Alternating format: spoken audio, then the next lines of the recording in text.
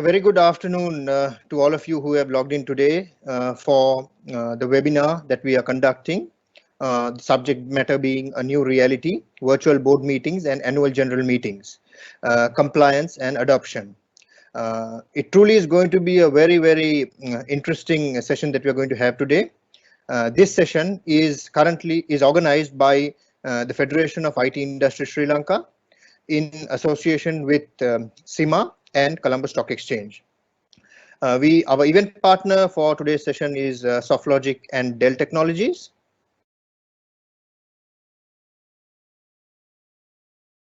And our partners, platform partner is /Tech Labs, messaging partner Textware, print media partner Daily FT, and just a mention on all our corporate partners, Asiata Digital Labs, Lanka Bell, LK Domain, Luna Labs, Oral IT, Sarva Colombo, and Zillion. Thank you very much to all these partners. I would also now like to take this opportunity to describe our very eminent list of panelists and speakers that we have today. I would like to thank them for their time and their contribution towards this, which I'm sure is going to be, we've got a very exciting few hours ahead of us. We have as our moderator today Mr. Asita Talwata, Chairman, Management Systems Private Limited, who will be moderating this event. And in terms of the line of speakers, we first have Dr. Harsha Cabral, Chairman, Tokyo Cement and Director, BOI Sri Lanka. Following Dr. Harsha Cabral, we have Renuka Vijayawardena. Mr. Renuka Vijayawardena is the Chief Regulatory Officer for Colombo Stock Exchange. And following Mr. Renuka, we will be having Mr. Jayanta Fernando, Director and Legal Advisor, ICTA, Director, Sri Lanka CERT, and Chairman of LK Domain Registry. So it's promising to be a very exciting event. We've also got Wellington Pereira online to give us the technical briefing as well today. And I can assure you it's going to be a very promising evening today. What I would also like to say, is that COVID-19 has disrupted our way of life. Who would have thought, we would have such over 500 professionals who have registered for this event to be logging in or using a Zoom session, or even in this case, it's a Microsoft Teams session on a Saturday evening. So things have changed, people have changed, and how we operate has changed. So today's session is all about how organizations actually adapt to another level of change. Let me just quickly touch on FITIS a little bit. Federation of IT Industry represents all elements of the ICT sector of Sri Lanka. We represent all the system integrators and all the hardware vendors. We represent all the software development companies. We represent all the communication or the telcos and other communication companies. We represent all the professionals. We represent all the education and training for ICT companies, as well as we also represent the newly stated all the new digital platforms that actually have been providing a yeoman service during the lockdown and during the pandemic. So that's a little bit about FITIS. And I would like to say our core mandate essentially is to lead and to drive digital transformation within Sri Lanka, to see how we could actually move Sri Lanka towards a digital nation. The value and the benefits of a digital nation are, I think, vast. I'm not going to discuss that today, but it's definitely a milestone that I believe is very important to Sri Lanka as a country. Let me just very quickly, briefly touch a few key dimensions as to what I feel is important as prerequisites for today's session. So just to give you an idea of how organizations have kind of what has changed during the pandemic. What is the change that we are seeing? We are seeing that first of all is that the dimensions of corporates have changed. The strategies have to change, adopt accordingly, and we need to make those adjustments. The second point is that digital adoption is not something, or digitalizing your organization is not something which is nice to have anymore. If you're not adapted to digital today, I find that you'll find it very difficult to do business hereafter or in the future. And definitely the last point that I would like to say is that people have changed. There is no doubt about it, right? When we say people, we are talking about our own customers, we are talking about all our stakeholders, including our shareholders, as well as we are talking about the general public, from aspects of how they prioritize themselves, how they actually purchase patterns. Everything has changed since. So this is the new normal. That's something that is important to keep in mind. The next point that I would like to quickly touch on is today's subject. Why is it so important that you actually have virtual board meetings and have virtual AGMs well and do it well? Why do you successfully do it?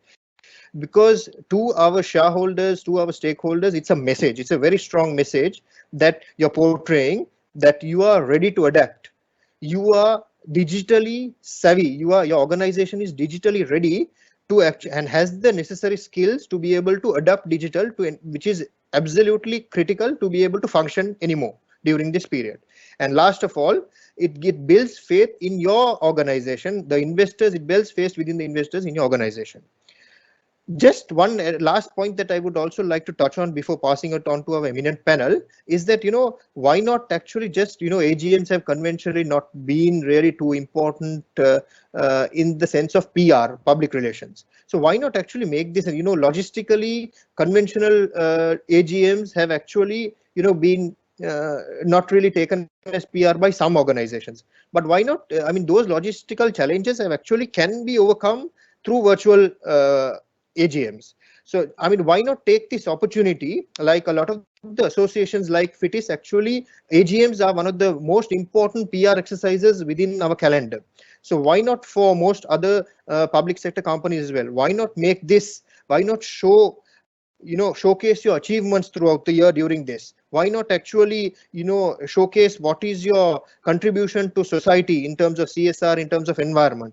And last of all, why not kind of take this opportunity to bring in some global experts, which we can do on a virtual meeting, to talk about, show how your strength globally, to show your understanding about global trends. Why not bring in your subject area or in your area of expertise, why not bring in a global speaker who can actually, add some value to your shareholders, building that confidence of all the shareholders. So instead of trying to target for maybe a fraction of your shareholders being at the AGM, why not use this opportunity to actually bring a vast majority of shareholders and prospective shareholders onto this forum?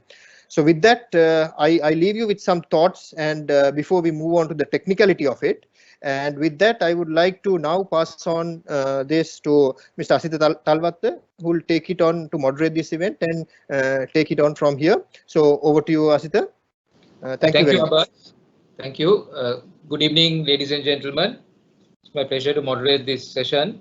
And thank you firstly for the immense interest shown. Abbas has given a lot of the background.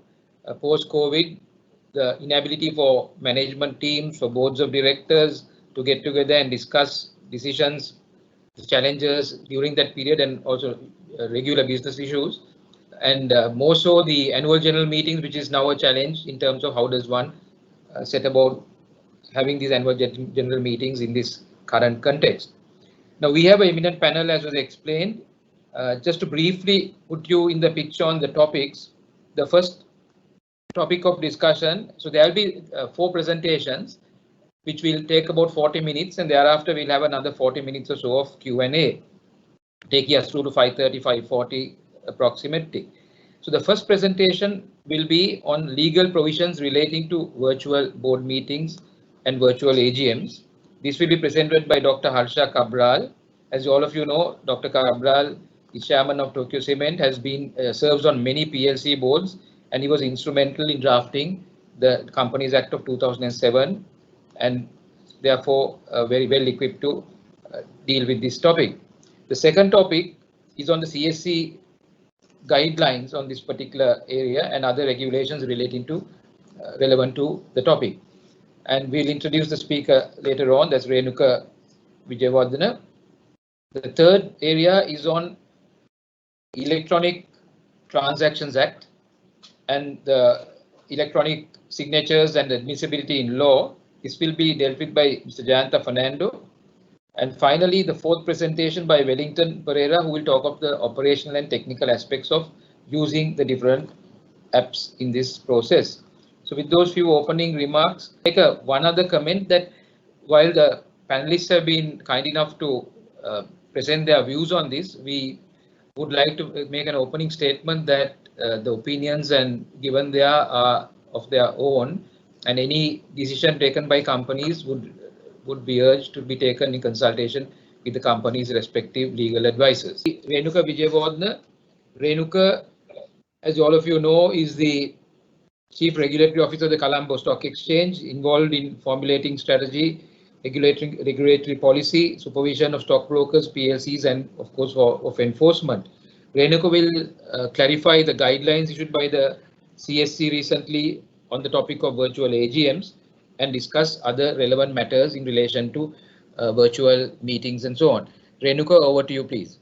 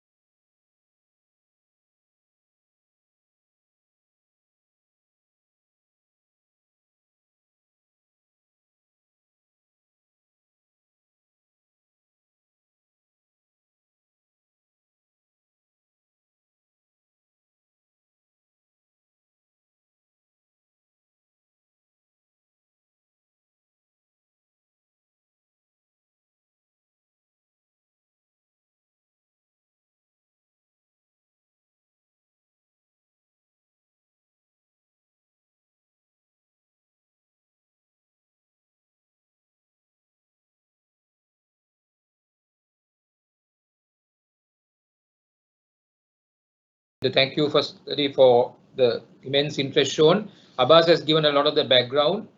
Post-COVID, the inability for management teams, for boards of directors to get together and discuss decisions, challenges during that period, and also regular business issues.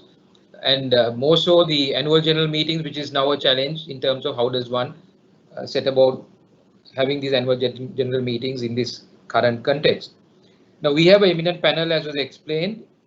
Just to briefly put you in the picture on the topics, the first topic of discussion, so there will be 4 presentations, which will take about 40 minutes, and thereafter we'll have another 40 minutes or so of Q&A, taking us through to 5:30, 5:40 approximately.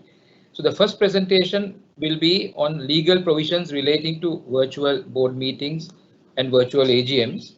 This will be presented by Dr. Harsha Cabral. As all of you know, Dr. Cabral is chairman of Tokyo Cement, has been serves on many PLC boards, and he was instrumental in drafting the Companies Act of 2007, and therefore very well equipped to deal with this topic. The second topic is on the CSC guidelines on this particular area and other regulations relating to relevant to the topic. And we'll introduce the speaker later on. That's Renuka Vijayawardena. The third area is on Electronic Transactions Act and the electronic signatures and admissibility in law. This will be dealt with by Mr. Jayanta Fernando.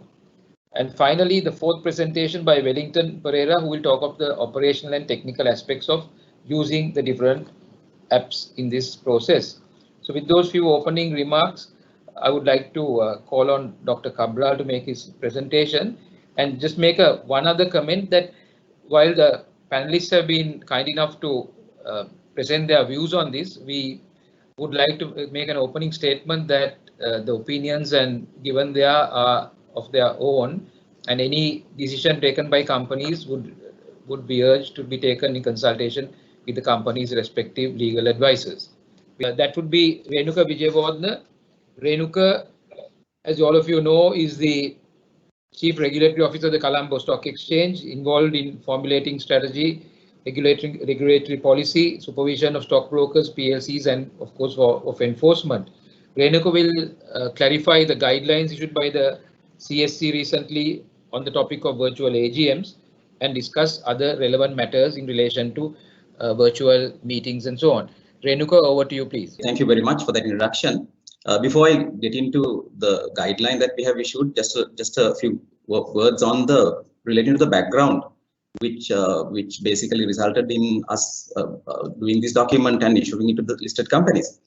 Basically, I think as Abbas very clearly said, sometimes change happens due to circumstances. It can happen due to regulations also. Now, in this instance, clearly it was due to the macro environment, the circumstances which has resulted in a lot of organizations, entities, business people, and also regulators thinking differently.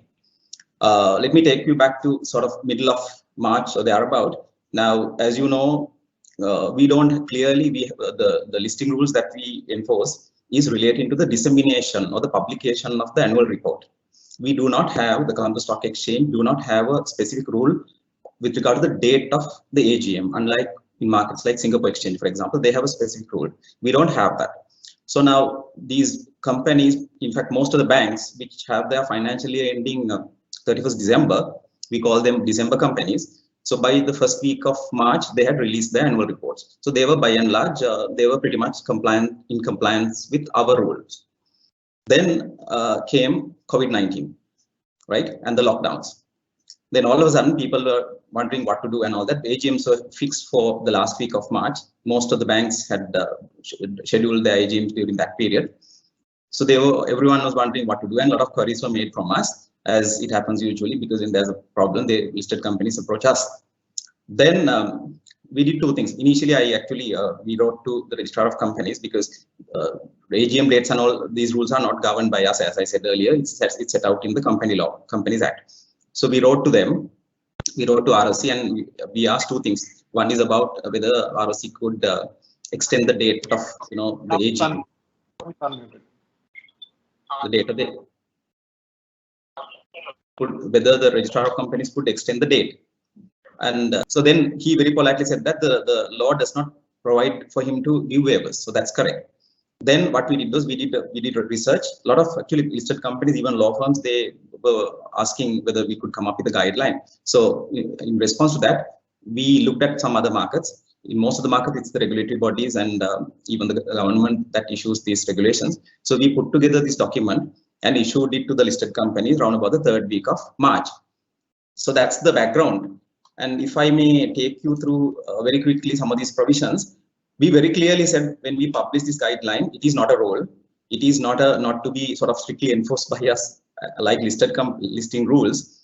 And it is just a guideline and it should be understood in that spirit. And also, we strictly advise listed companies to obtain appropriate legal advice in determining the most appropriate arrangement that they think regarding the conduct of an AGM. I need to very clearly mention that, because there are lots of legal issues. As we go along, we'll discuss some of these. We have Harsha also.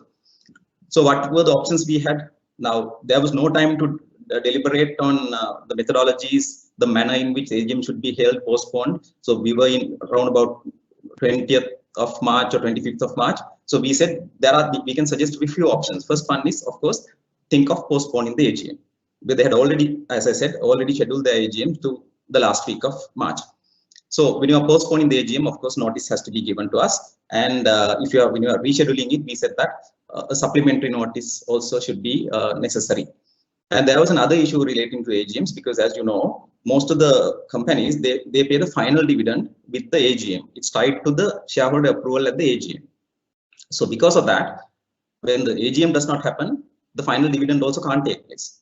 So that was a big issue. And at that time, we were not able to figure out how long this was going to take. It could have taken a couple of weeks, 1 month, 2 months, as it happened. So we said that in the guideline, we said that you could even consider giving an interim dividend in lieu of the final dividend. Normally, we don't allow cancellation of dividends. We don't do that. We have never done it. But due to the unprecedented scenario, we said that we could think of giving the opportunity to listed companies to convert the final dividend to interim dividend, because there's no prejudice to anybody. Of course, we were very conscious of one thing: adequate notice has to be given to the market. You can't just convert it and pay. When you say market, we go by market days. So market days are trading days. And then came the problem that we were closed for a long period. After 20th of March, we opened on 11th of May. So during that period, there were no trading days. So maybe because of that, a lot of companies did not go ahead with that. Then the second option was, of course, our topic for today. We suggested that companies could think of having the AGM virtual AGMs. And that would be a very novel concept in Sri Lanka. But although it's a novel concept in Sri Lanka, in most of the other markets, it is not. Because if I give an example, the S&P 500 companies, which are comprised of companies listed in various markets in US, they usually have AGMs virtually.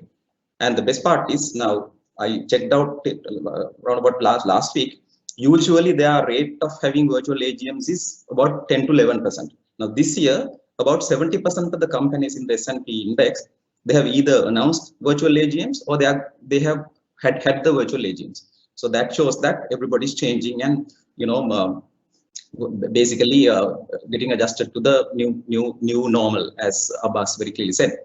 So virtual AGMs will achieve a lot of objectives, lots of benefits to the shareholders, and also it will enable the company to comply with the restrictions imposed by the government in terms of social distancing, etc. Then the third option was to have a hybrid AGM.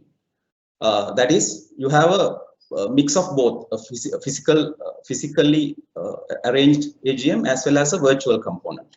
Already, a lot of banks have announced that, and a lot of banks have announced that, and also some banks are going for a total virtual AGM also. Now, this will enable the company to conduct the AGM with minimal physical presence of the shareholders. That's the advantage, right? And of course, adequate notice will have to be given. Then the fourth item that we mentioned was companies can encourage shareholders to use the proxies. They can tell them to vote by proxy by choosing to include the specific provisions in the notice of meeting. But we also said that in instances like that, maybe companies could say that the shareholders can appoint an independent director. It's not a must. They could consider appointing an independent director to be the proxy as a best practice. Then we also spoke about the questions to be raised by shareholders at the AGM. Now we encourage companies to basically ask the shareholders to send in questions before the AGM, right? Once the rescheduled AGM is the notice is published, they could encourage them to come up with questions. Then those questions can be deliberated by the board of directors or the management at the meeting itself. And we also said that those relevant responses and of course the questions can also be minuted in the minutes of the AGM.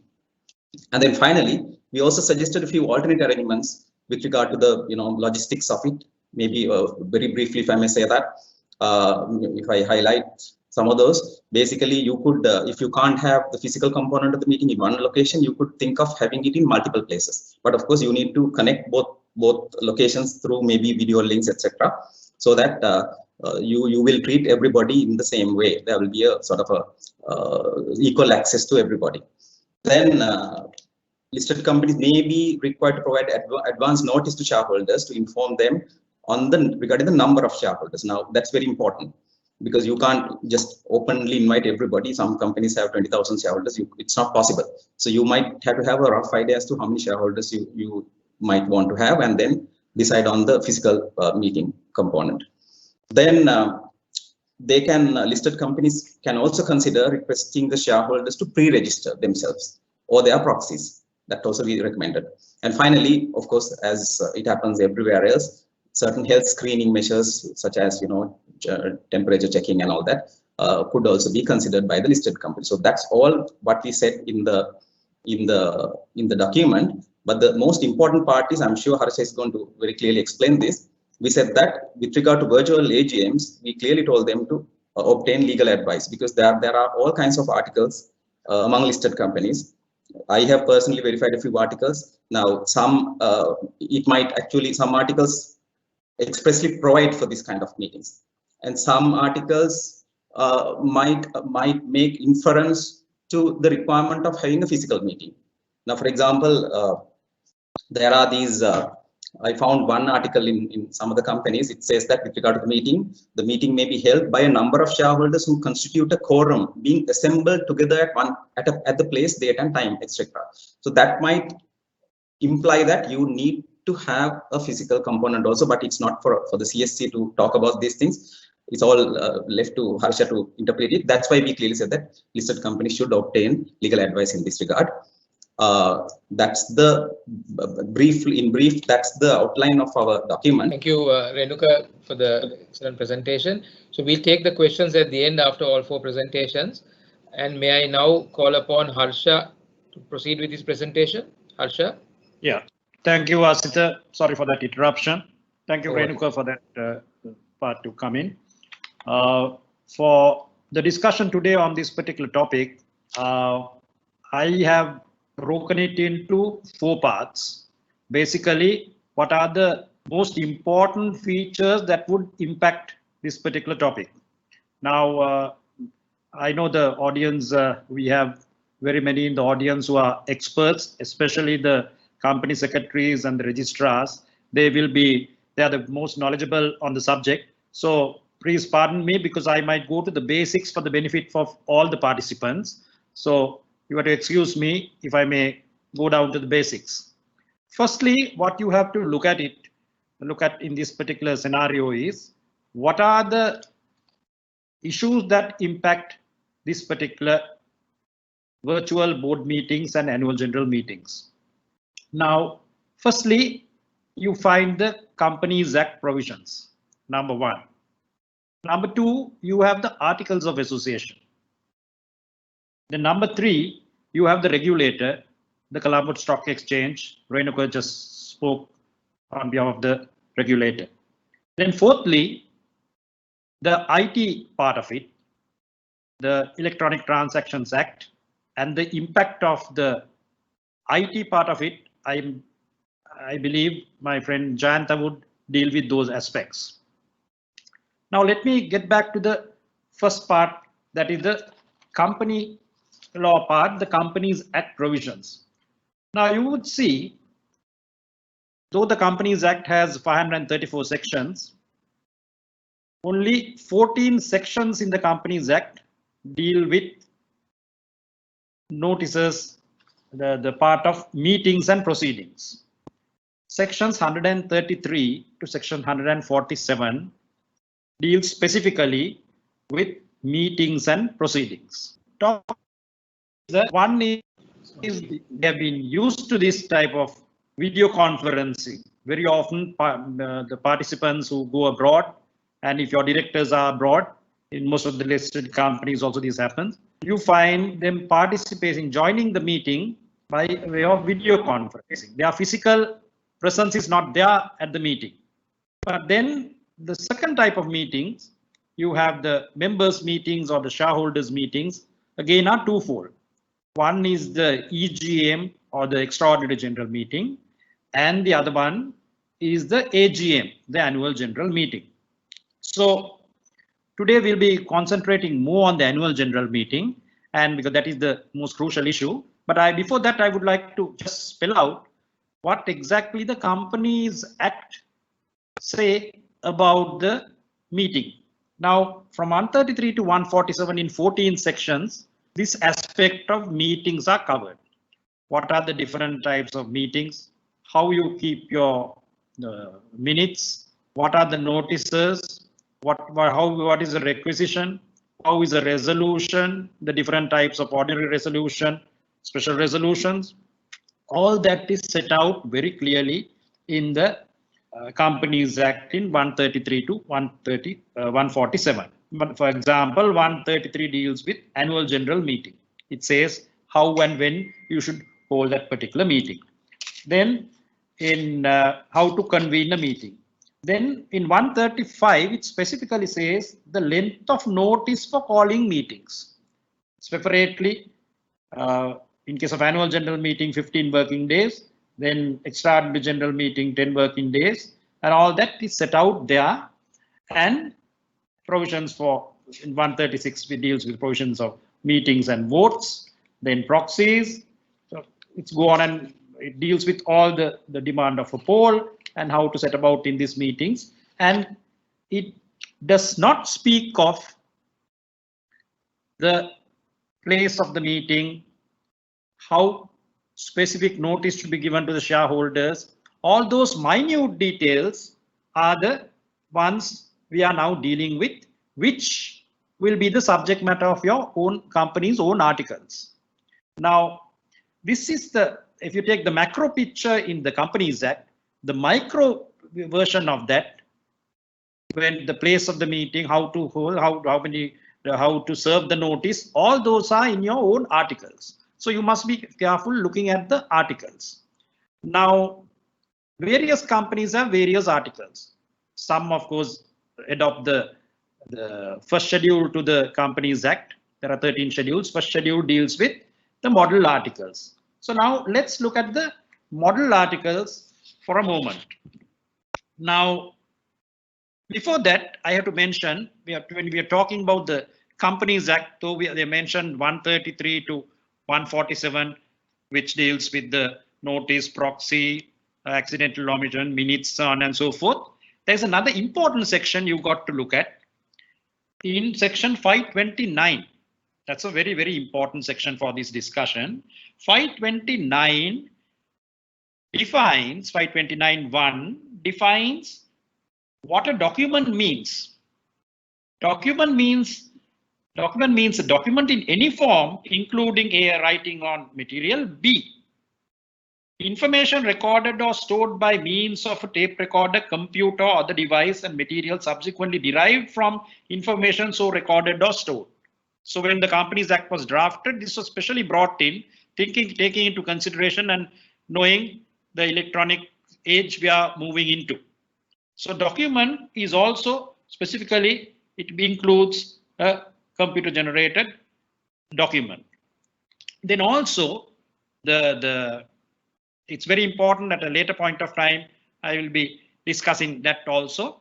Under the definition 529 subsection 4, the same definition section, subsection 4 deals with a fairly important point with regard to where public notice of any matter is required to be given under this act. That notice shall be given by publishing a notice of that matter in at least one issue of the Gazette. Now again, publication of the Gazette is an issue.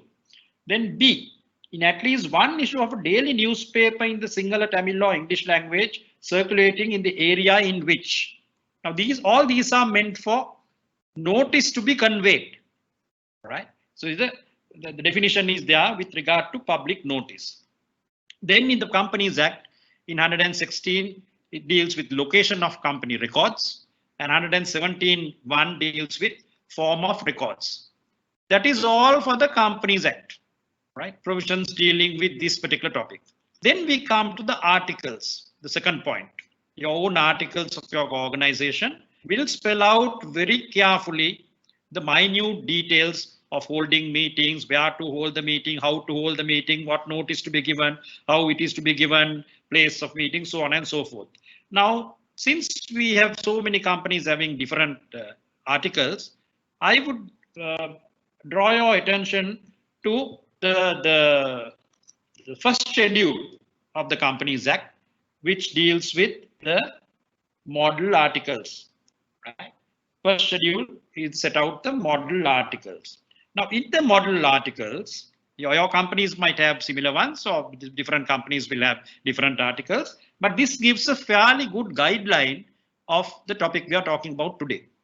Articles, maybe you look at Article 5, right? Then Article 6 deals with notice of meetings, right? That is a fairly crucial one for the discussion.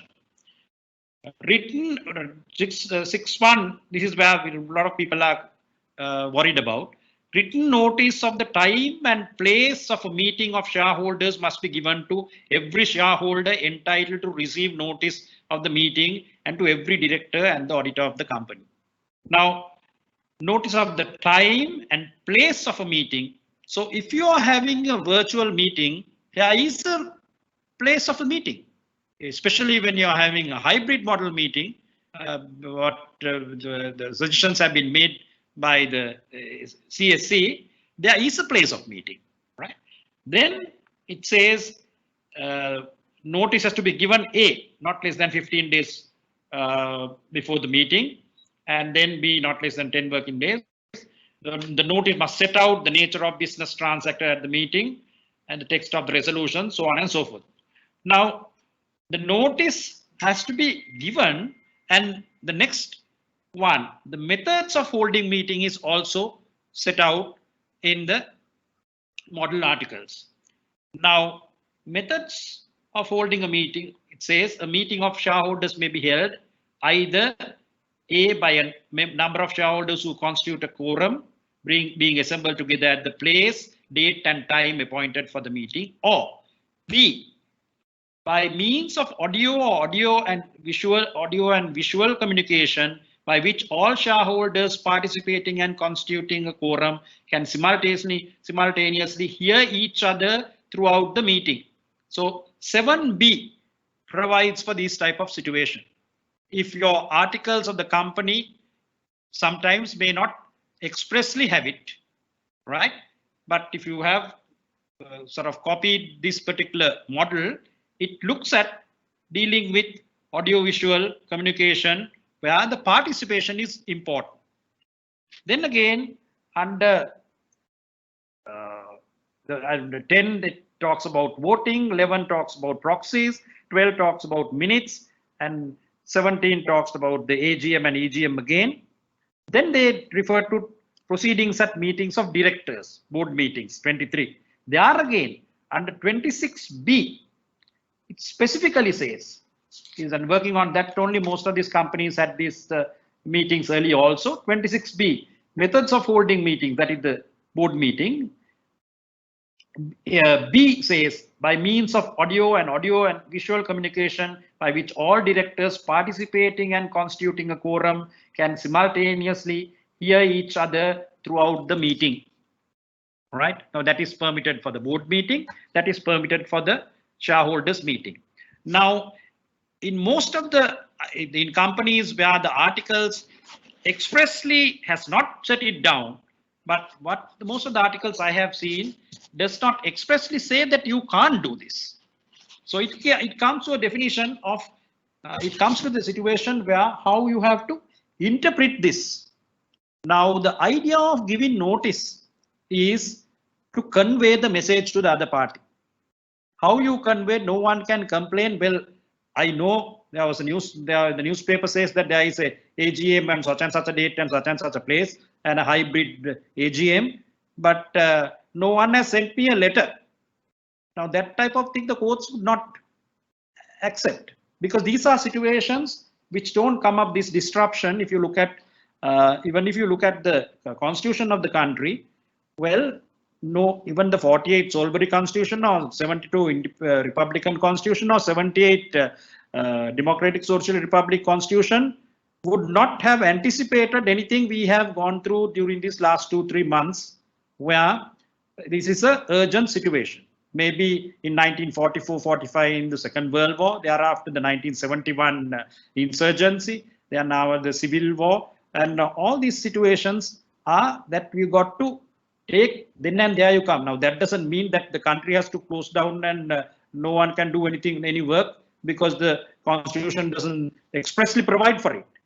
So it comes to interpretation. So if anyone challenges, well, the courts will have to look at how this is interpreted, the place where you're having the meeting. I'm sure my friend Jayanta will deal with the Electronic Transactions Act and the provisions which permit per se with the introduction. So you take the company law provisions on one side, then you take the articles of your company or the model articles on one side, and then you come to the third aspect. Now that is for all companies, all and sundry, whether it's public, private, limited, listed, unlisted, whatever.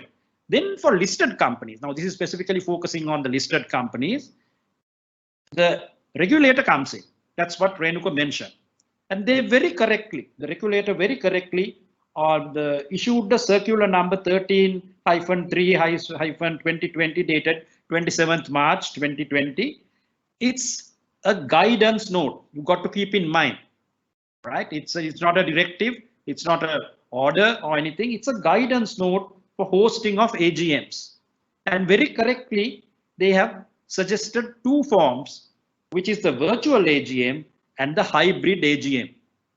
Most of the companies have opted to have the hybrid AGM because you can have a physical AGM plus for certain people to join this particular, it's like a board meeting and some parties joining on a teleconference basis. There again, they deal with public notice very clearly in that they say, what is public notice? They have said, okay, try and give even the postponement and thereafter the date of everything because the gazette is not there. So give it by way of a newspaper. Then going further, they said you can disseminate the news through the CSC webpage, right? Then your own company website can say we are having this thing. This is for the first time we are having this. Unfortunately, we can't have we can't accommodate all the people for the physical AGM. This is how we are going to have it. Then how to vote by proxy. Renuka dealt with that. Then questions to be put prior questions before the AGM.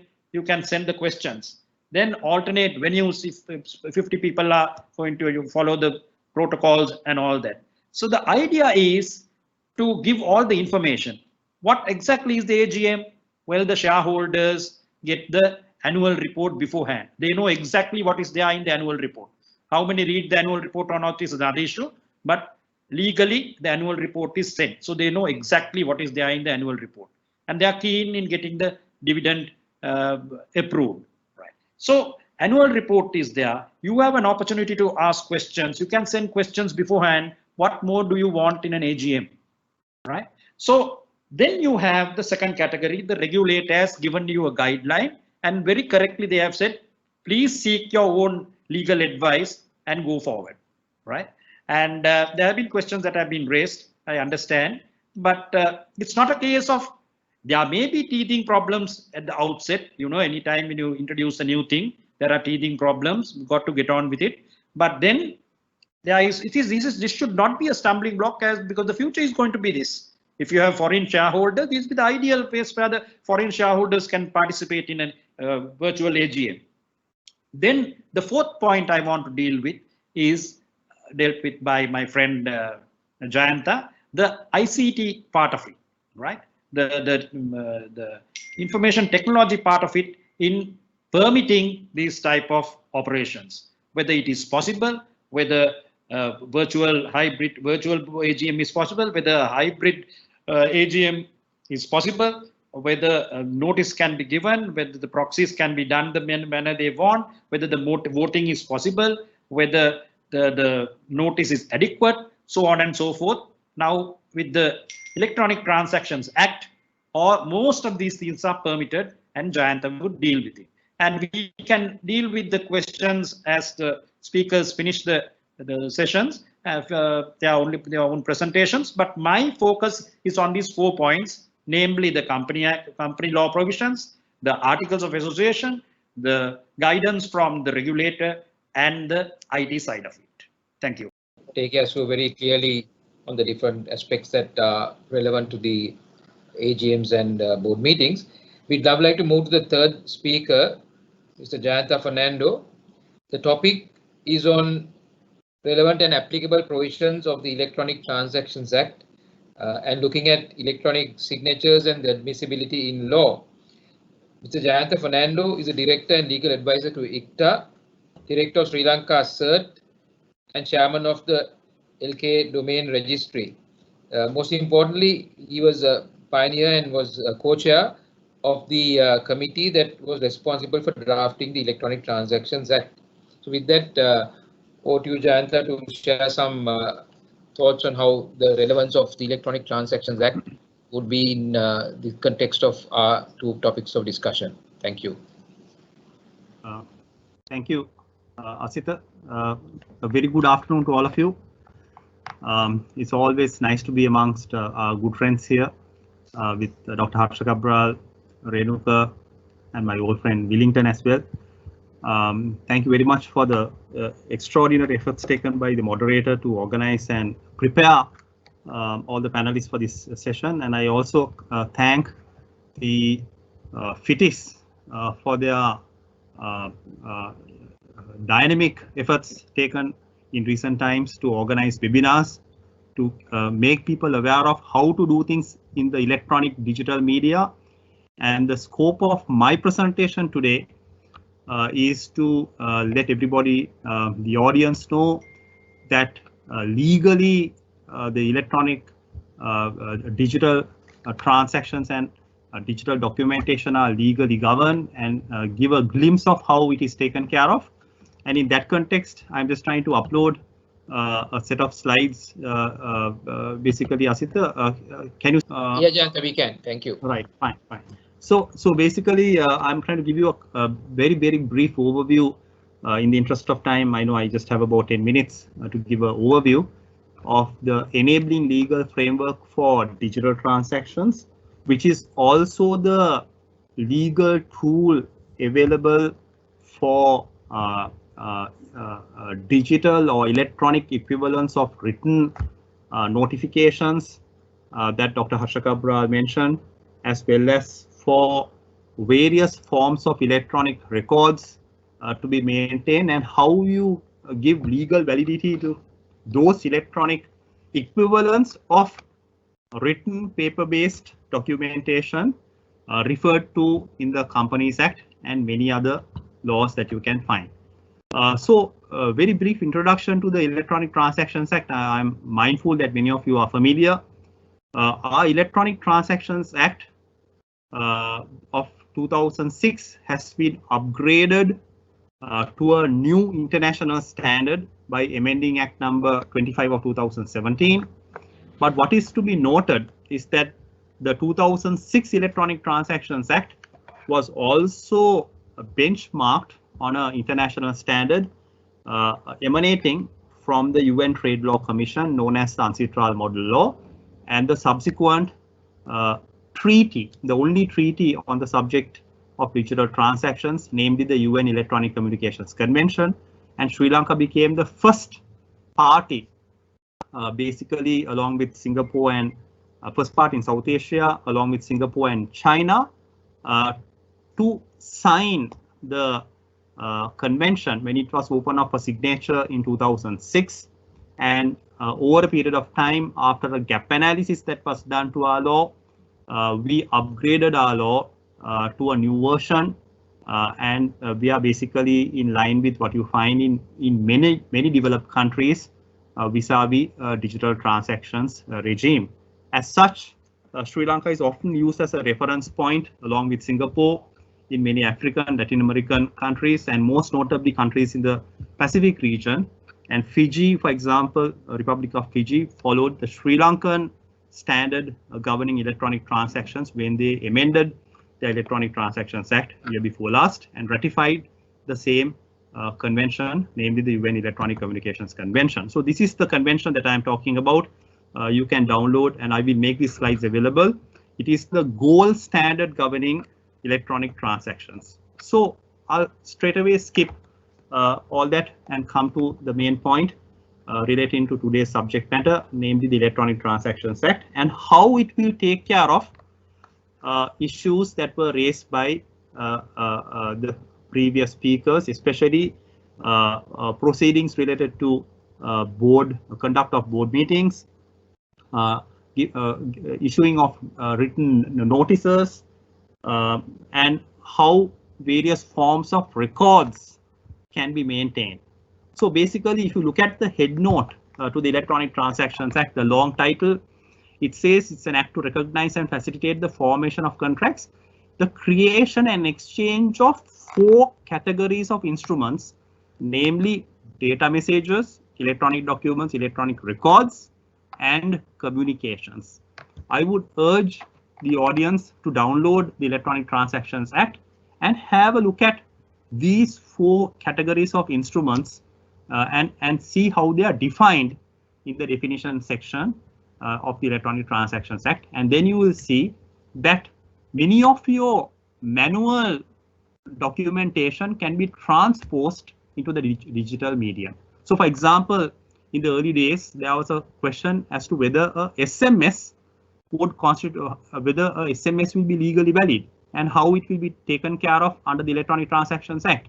If you look at the definition of data messages, you will see that the entire gamut or the transactional element of a SMS is covered under the definition of data messages, and that based on a recent, of course, a commercial high court case, it was consolidated that the information contained in a SMS will have legal validity using the definition of data messages. So electronic documents is the same. You do electronic, let's say a Microsoft Word or OpenOffice document in electronic form. You store and archive that in electronic form digitally. You share that digitally in using email or any other cloud platform. That is an electronic document. And then you have the third category where you have written manual records. You want to convert that into digital form, and you will see the definition that when you convert that into digital form, it would take the form of an electronic record, and so on and so forth. So basically, the Electronic Transactions Act is pretty wide in its ambit, and you will see in a moment that it has cross-cutting effect, whereby notwithstanding the application of other laws, this Electronic Transactions Act has overriding legal effect. And on this slide, a very important point to note is that there are certain instruments and certain laws that have been excluded from the ambit of the Electronic Transactions Act. So for example, deeds of transfer relating to properties, power of attorneys, last wills, a certain category of instruments like trusts have been excluded. But remember, the Companies Act has not been excluded under the Electronic Transactions Act.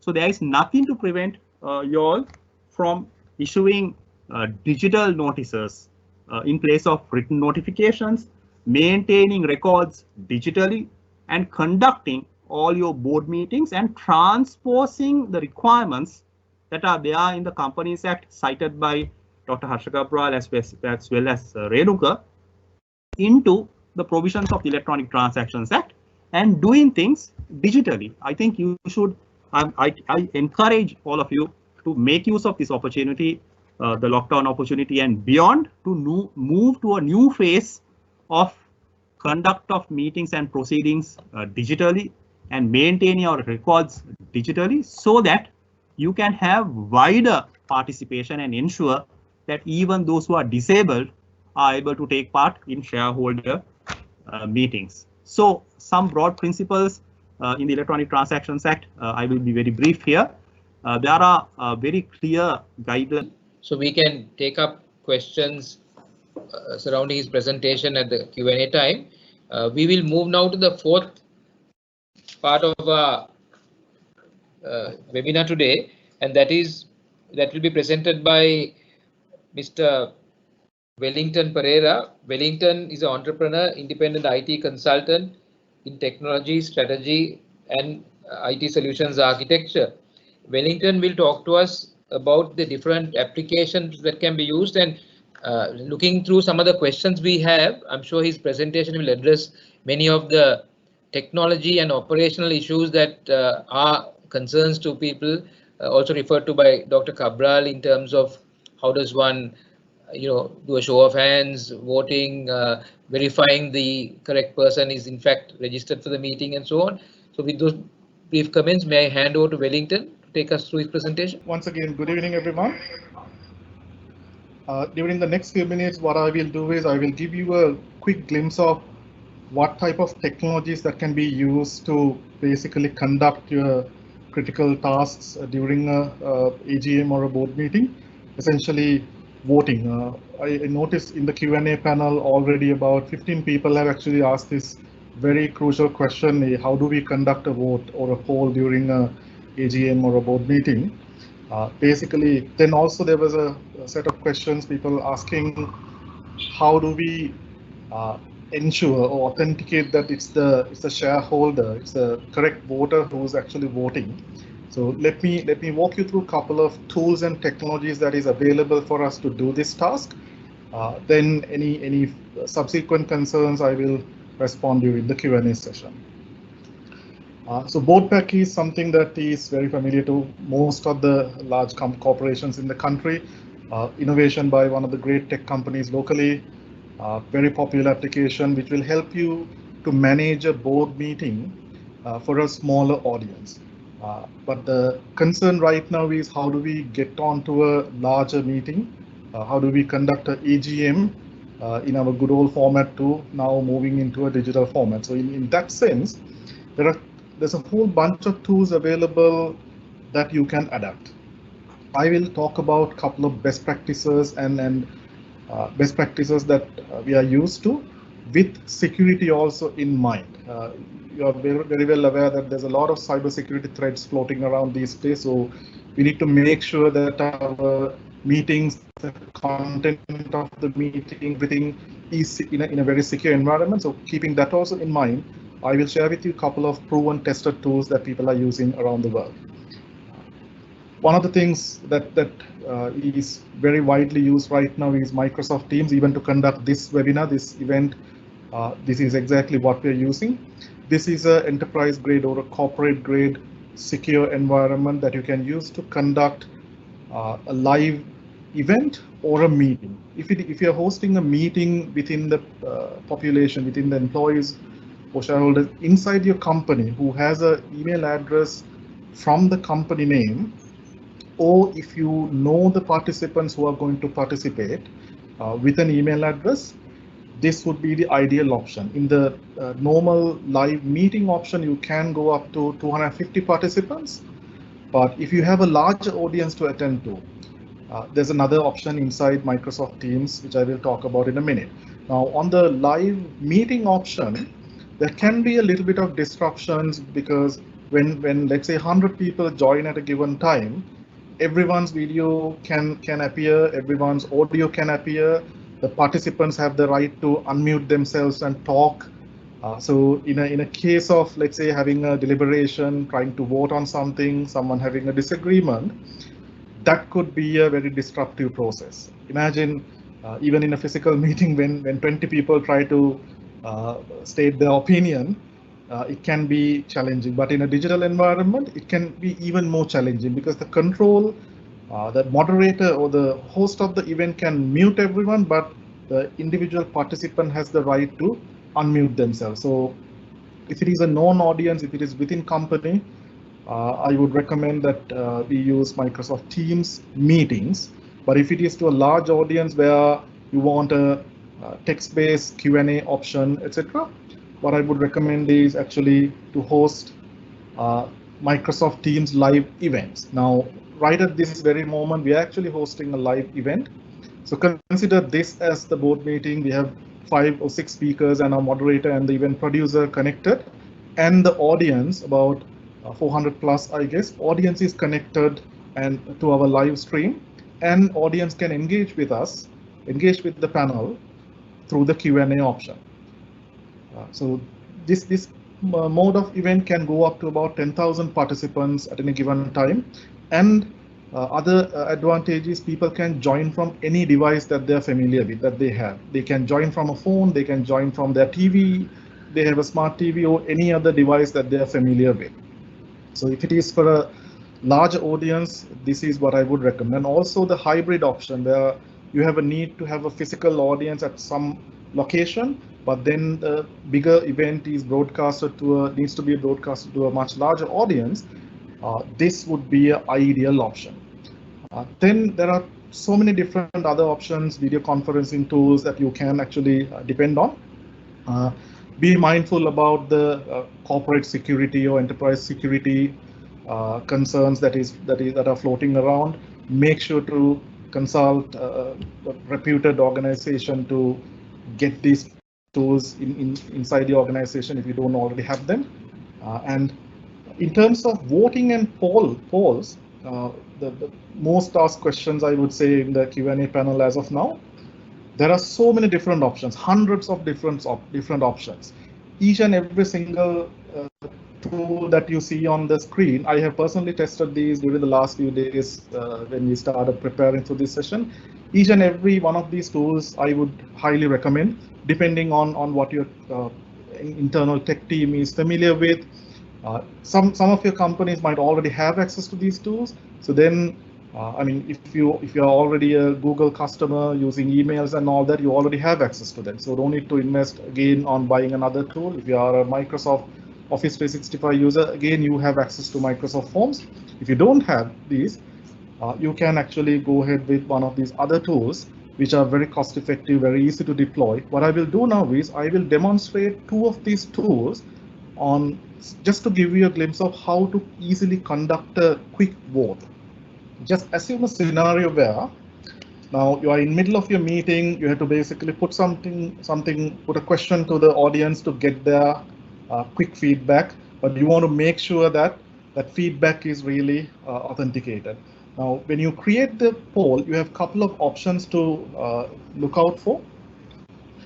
For an example, the poll can actually be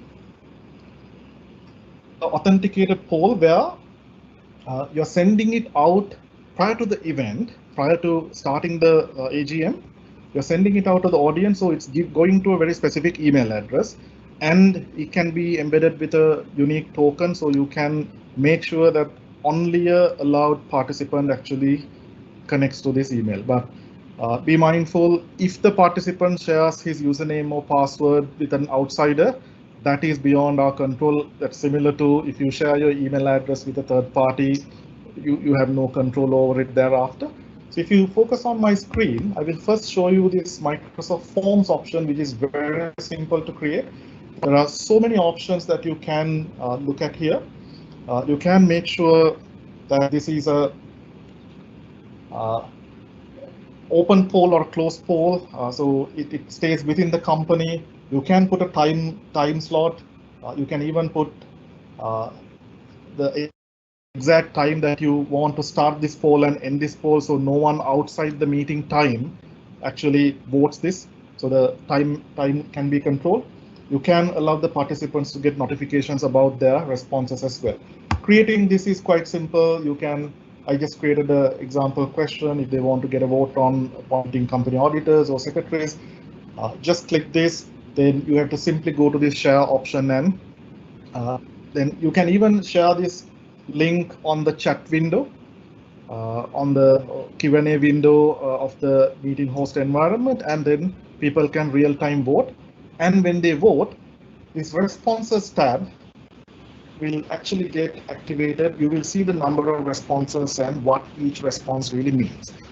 So this is one way of doing it. But if you really want a bit more interactive tool, little bit more interactive tool, here's one of my favorites. Here you can create your questions in advance, but send one question at a time to the audience. This is a tool called VoxVote. Now let me quickly demonstrate this, because assume your audience member is actually joining from their phone. Now what happens is, now notice the screen, the poll is not yet open.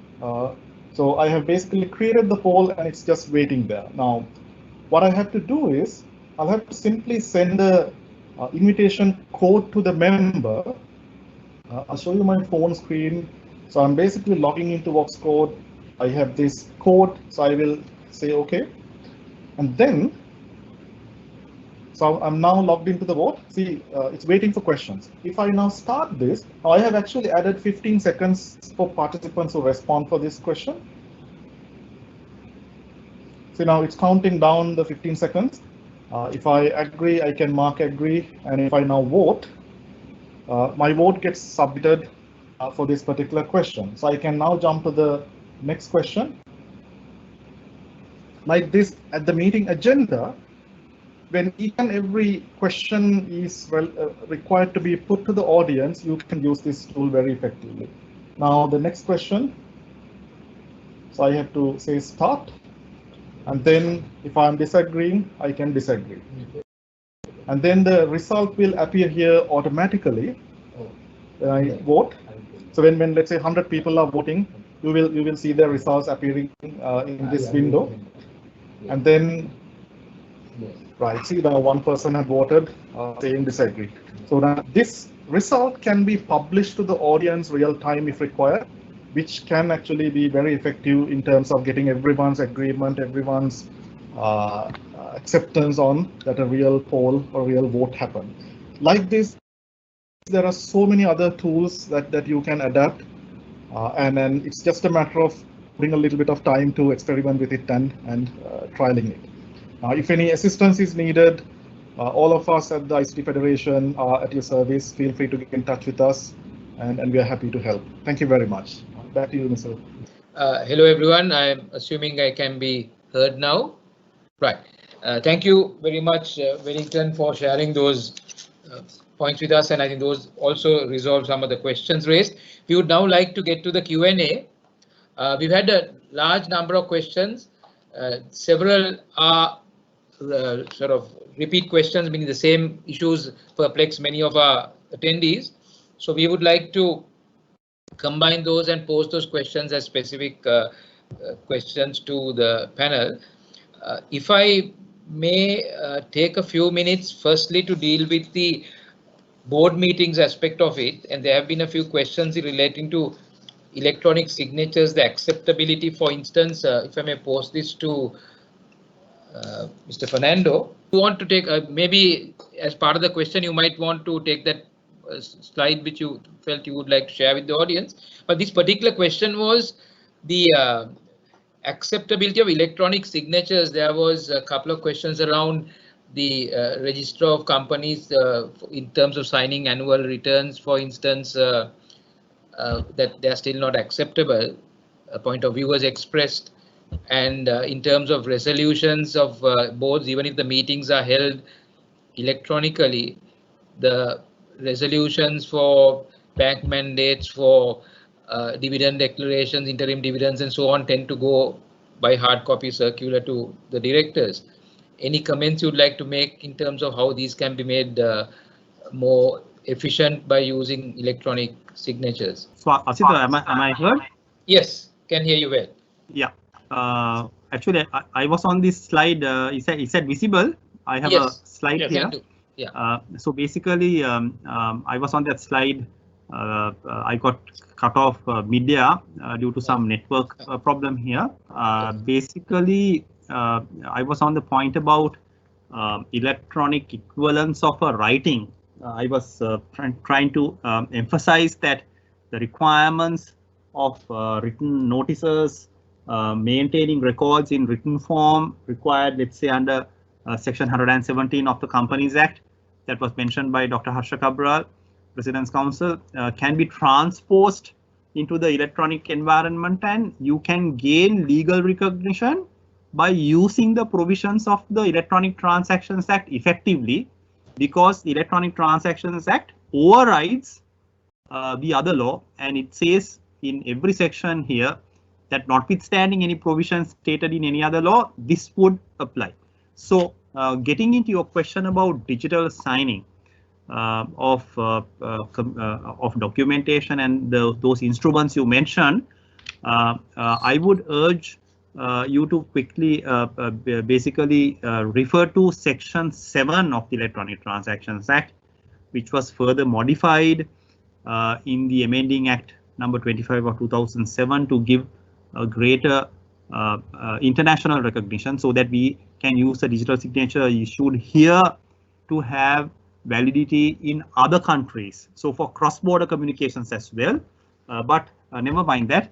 The basic point is that the Section 7 read with the definition of electronic signature would take care of that aspect, and digitally signing documents would have a greater integrity. I say that if you use digital signing methods with a secure digital certificate obtained from a recognized certification service provider, we have one of them in Sri Lanka, known as Lanka Sign, which is part of Lanka Clear. You use that technology to digitally sign, even a minor adjustment or variation of a change done to that document will be immediately detected by the other parties concerned. So I would urge that the digital signing method is much more secure and effective than maintaining documents in manual form. And of course, Asit, I will make use of the opportunity to conclude my presentation by also emphasizing the slide on electronic signatures, which will be shared.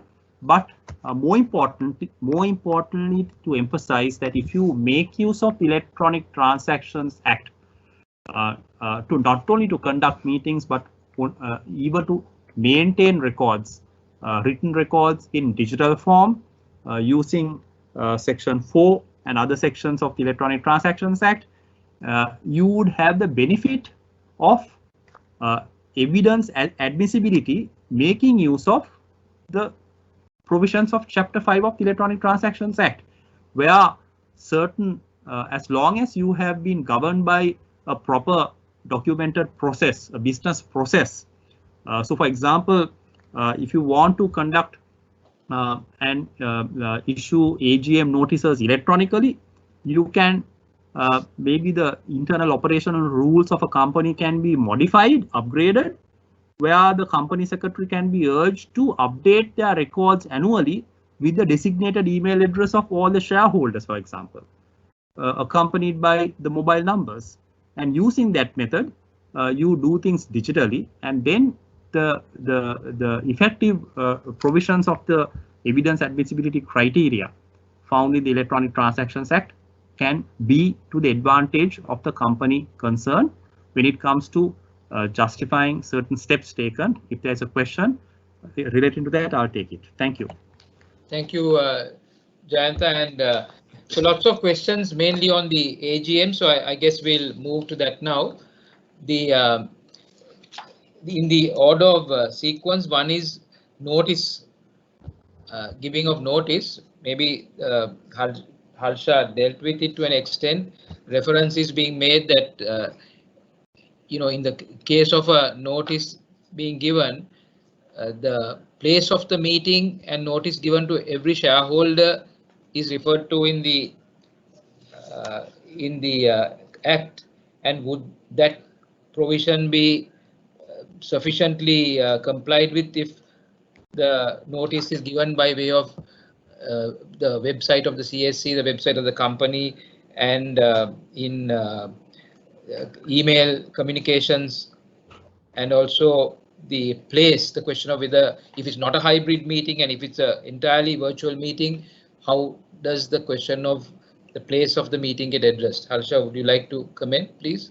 Yes, going forward, to be very specific, it is best to fine tune your own articles, right? Because as I said earlier, anyway, a virtual meeting also will have a place, because it has to originate from some place. So the place and the time, as I mentioned earlier, even in the model articles, most of the other articles have it. That is why most of the companies have opted for the second option of the hybrid model of the AGM, because they are going to have a meeting at a particular place. So X amount of shareholders will be permitted within the COVID-19 protocol, and also then if possible to may have certain other places also, venues also, otherwise to join online. So that is like joining a video conference of a board meeting. So there is a place. So by giving that, you satisfy that. So you have to interpret it in such a way that this particular meeting will take place at such and such a place. That is the notice that has been given. So the idea of notice, as I told you earlier, is to convey the message. If that person has got the, he can't say, I know there is a meeting on such and such a date, but I have not received the letter. That is not the issue. The how notice, so even if you are going to complain to a court of law, the court of law will have to interpret. Even the constitutional amendments are interpreted by the Supreme Court. So that is the issue that has to be, rather than saying you can shut it out. And I mentioned, Jayanta knows that when we were drafting the Companies Act, the e-documentation was looked at. That is why certain provisions I mentioned, it provides documentation, how to, and the main thing is the maintaining a proper minute, right? Minutes are taken as a contemporaneous document, and you ratify certain transactions, and you confirm the minutes, even the board minutes. The following meeting, you confirm the minutes. If there is anything wrong, you will correct it. So the idea, even in a EGM or AGM, you will follow the same mechanism, and the fact that there has been a meeting held and the place, the time is interpreted in such a way, provided that shareholder has, because there was a definite problem of giving, because the postal system was also not operative for almost 2 months. So the issue is, well, the newspaper, then the e-news that was going round, then because all the shareholders, that is why the security part of it, and Wellington and Jayanta touched on it, maybe every shareholder has an email address. Unless he doesn't know anything, he can contact the company and say, well, look here, I have no way of getting my messages. Why don't you tell me? Then they can be contacted in some form. Now, actually, going forward, I think Renuka mentioned earlier also, going forward, even the regulator will have to look at these aspects and fine tune them. Asita, if I may add to, please, Renuka, I was going to ask you also whether you have any comments on the same subject. So on this, with regard to this issue about notice, I would look at it this way also. Now, Articles of Association is a contractual document between the members, the shareholders, and the company. Not everything can go into that. Now, certainly, I don't think any articles would have realized this sort of a situation, right? So now, the AGM is an annual event, so shareholders are generally aware of the AGM, right? So there is a reasonable expectation that AGM will be held during a particular period. So now let's see, now for postal services apparently limping back to normalcy, so the issue is not so serious right now. But 2 months ago, there was no postal service. So what can the company do in this instance? On one hand, law doesn't allow the company to postpone the AGM. It has to be held within 6 months from the end of the financial year or 15 months from the last AGM. So there is a deadline there. No waiver was given. So postal service is not working. So then what else can the company do? Life has to go on, as Dr. Harsha very clearly said, life has to go on. Company has to conduct its affairs. You can't just keep on postponing and face criminal liability also, I suppose, to the directors. Directors will have to be reappointed. Dividends will have to be approved. Then auditors will have to be appointed. If there's charity, that has to be approved.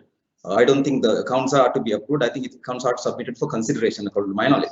So these matters will have to be concluded at some point. So what are the options left to the company in this environment? Okay, you can publish in the newspapers. No paper copies, but e-newspapers are available. That's all. That is beyond the control of the company. The websites, CSC website, company's website is there. And also some of the banks have gone and published these notices in their social media sites also. So what else could they have done? There was curfew. There's no way that you can have a courier service and going and delivering these things. So you have to look at it practically. So company has done everything possible within the trying circumstances. So why would anybody, I think Dr. Harsha clearly mentioned this, there's lots of questions on this. What else is there? Ideally, yes, articles should be amended, but you can't do it within the next couple of months. That was the issue. So you need to readjust to the situation. I would look at it like a force majeure situation also, because this scenario, I don't know, maybe which I can think about that. This is not even thought of. So this is the best way the company can conduct its affairs. I don't see any problem. And also, you must understand at some point, as I said earlier, you have to move into this digital era.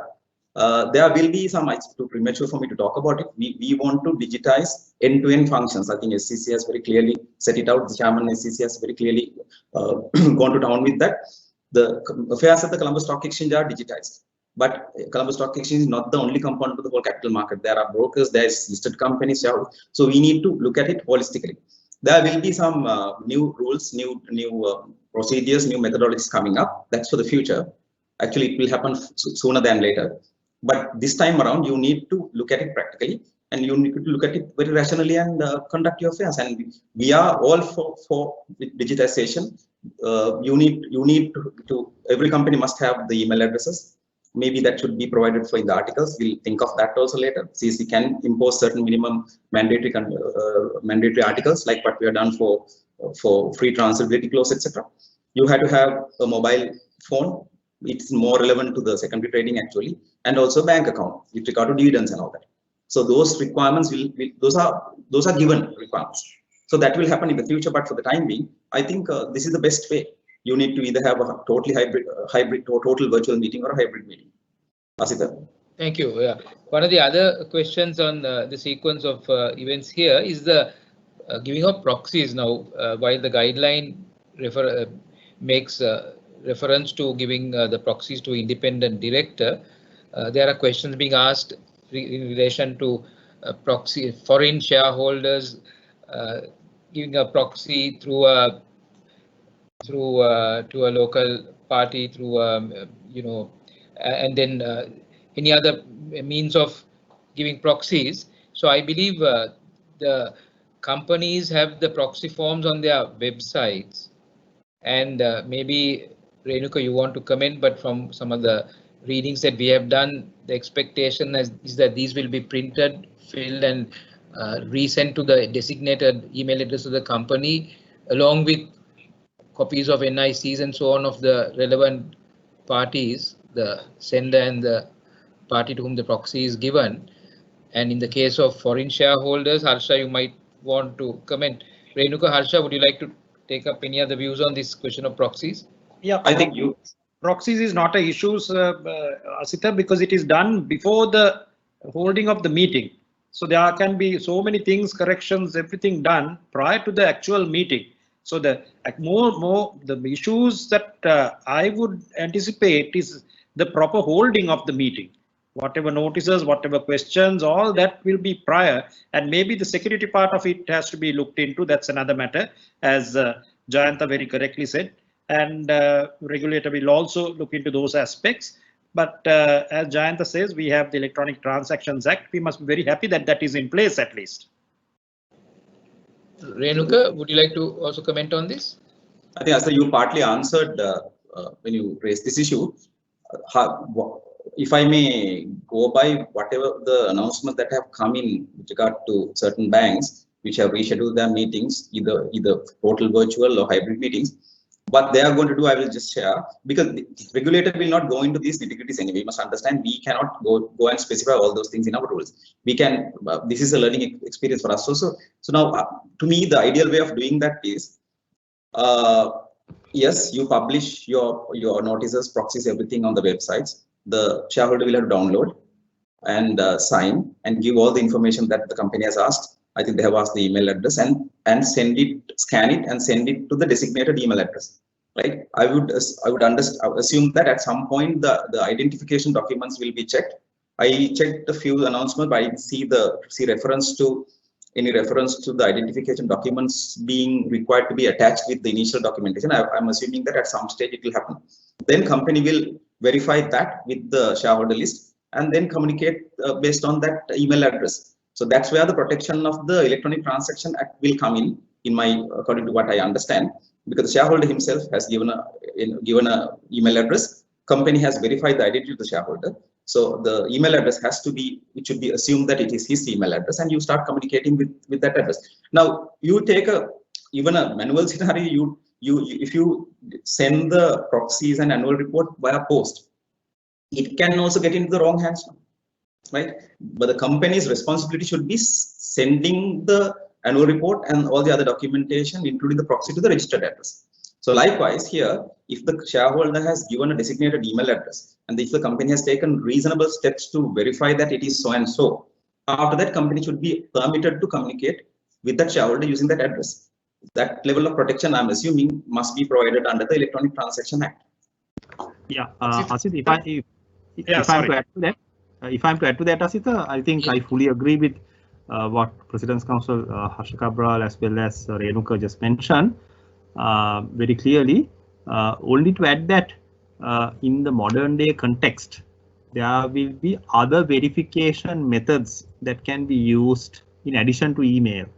So that is why I think companies, when they move into the digital medium and they want to be more innovative, I would urge them to use innovative practices based on some of the suggestions Wellington gave a moment ago.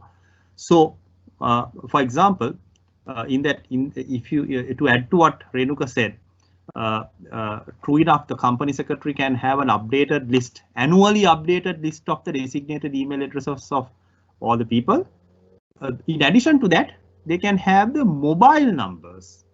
So and other contact details. So one can verify the mobile through communication on a random basis. You can send WhatsApp, check whether was it you who sent the signed proxy digitally. You know, there are novel methods that can be used, or maybe even give a call like in the good old days and verify whether it is that person who sent that communication back, and this can be done on a random sample method. So I would urge that more innovation can come in using technology and using your CIO and head of technology in your organization. And based on what Wellington said, plenty of technology tools are available where you can trace back to the origins of a communication. Thank you. Thank you. Asita, we can yes. stop the odd busybody who will complain and say, well, my email was hacked and he has sent a proxy, or that type of thing. We can't stop. I mean, we have to face all that and go forward. True.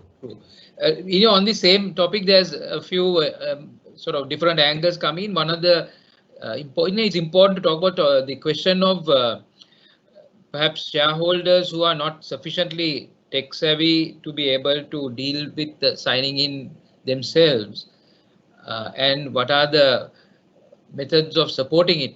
Maybe I'll ask Wellington to start off with that.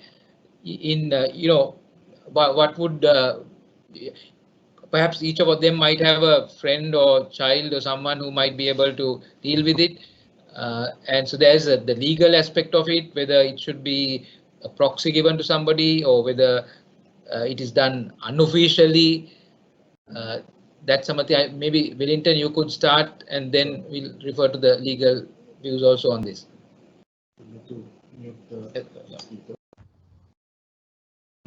Yes, Mr. Talwata.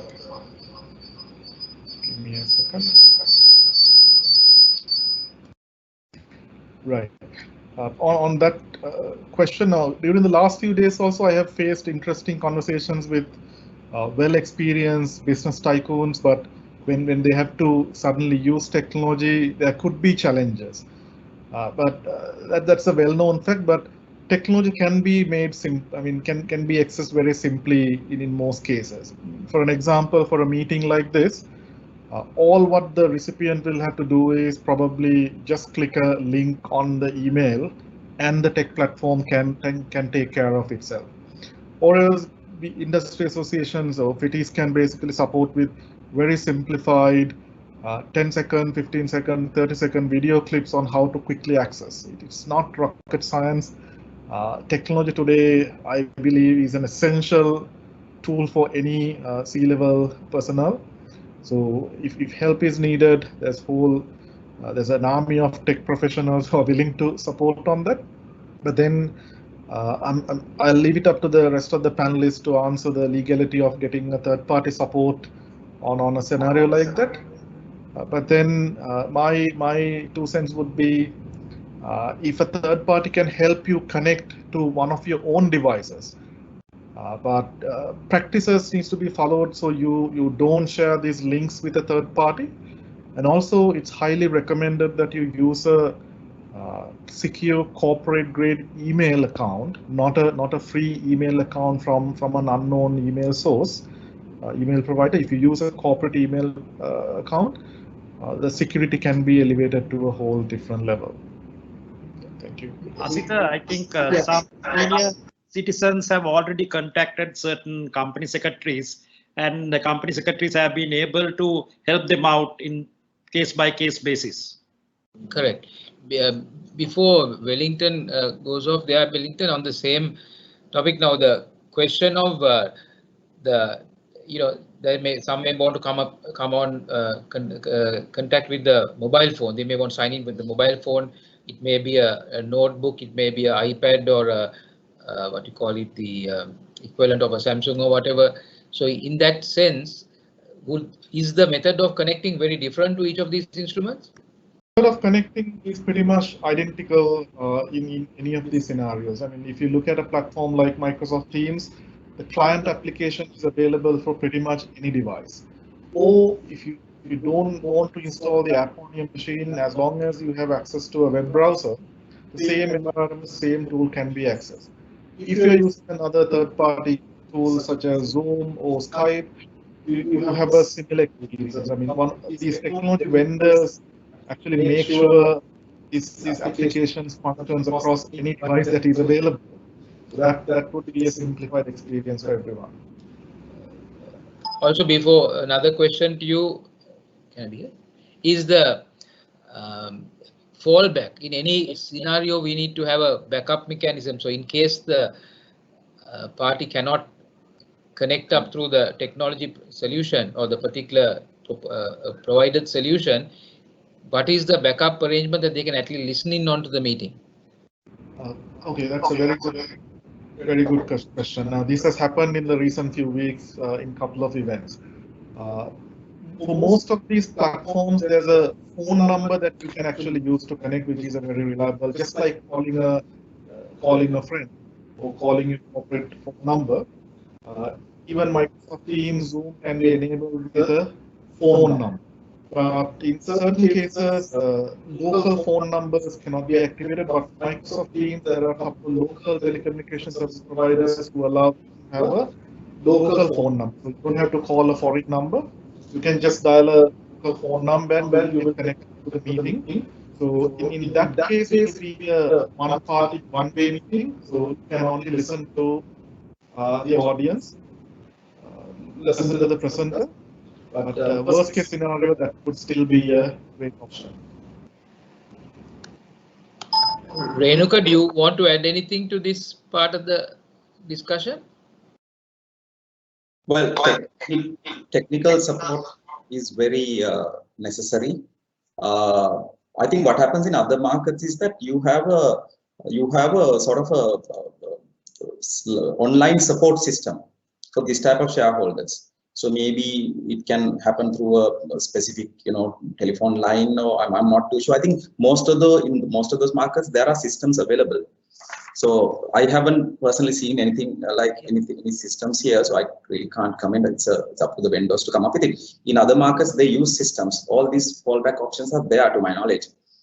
And apart from that, I think lots of technical assistance has to be provided to shareholders, because remember one thing, change is resisted, no, right? People are averse to change anyway, and the fear of the unknown and resistance to change is always there.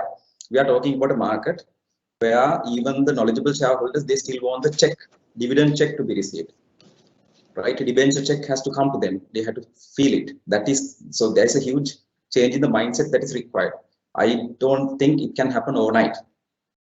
There are still listed companies, even now, they want to have physical meetings, even in this environment. So that is the kind of market that we are talking about.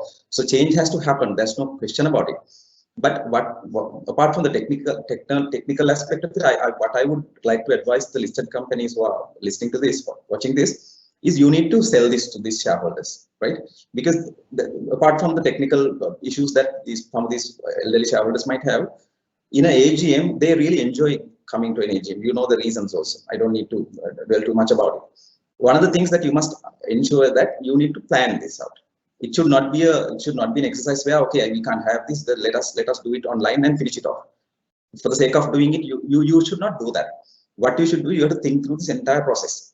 You need to pre-plan this. I'm sure a lot of banks are doing it at the moment. You need to have some level of informal or formal guidelines within the company. How are you going to handle this? How would the questions be asked? Are you going to ask questions upfront? Every company will have to do that. So in what order? During the session, during the AGM, how are you going to address these questions? And there are people who will, given this opportunity, some will want to talk for a long period. How are you going to stop them? Some might even, there may be questions unrelated. So how are you going to handle that? The proxy voting, which is a very important aspect of it. All those things will have to be thought through very carefully. So first one, you need to have some ground rules available. Then these shareholders, they like interaction with the board and the senior management, right? They want a close level of engagement with them.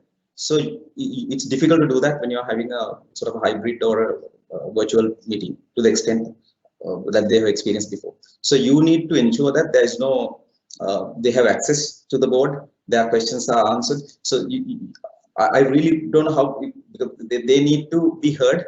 They need to feel that they are also part of this whole process, not just they are being treated like mere spectators in this game, right? So that is very important. Otherwise, you can't sell this.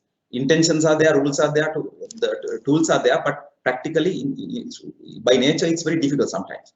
Then you need to give them equal access. Now, if you are having, some companies are thinking of having the physical component in multiple areas, which is fine. But then there has to be connectivity through maybe a video link, whatever. They should have equal access to information and equal opportunities of communicating, which is very important. And also we spoke about the technical support, and also please ensure that the whole entire proceeding is archived. It is very important. So I hope these vendors, it will emerge within Sri Lanka. There are lots of Sri Lankan companies which have been innovative. They'll come up with these tools for sure. But you need to have these facilities, and it's a mix of adopting to new environment, technology, practices, rules. It's a combination of all three. That's the way I look at it. On the same topic, because there's a lot of interest on this, there is very quickly we'll deal with. There are important other areas to talk about also. Sharing of the link. There are several concerns that the link can be just forwarded and shared with many people, and they will sign in. Maybe this also has to be referred to Wellington first. On that, it's a very critical area to actually look at. What we have to do is, when you create the meeting, there are options to restrict it to a known group of people. So even if the link is shared with the outsider, it won't allow that outsider third party to log into the meeting. There are ways and means in the tech platform to restrict who's joining into the meeting. So that would easily solve that problem. On the previous point, yes. In terms of technical support, I think it's absolutely crucial that you have the right tech people backing you to host this meeting. Otherwise, it could end up in a bit of disaster manageable.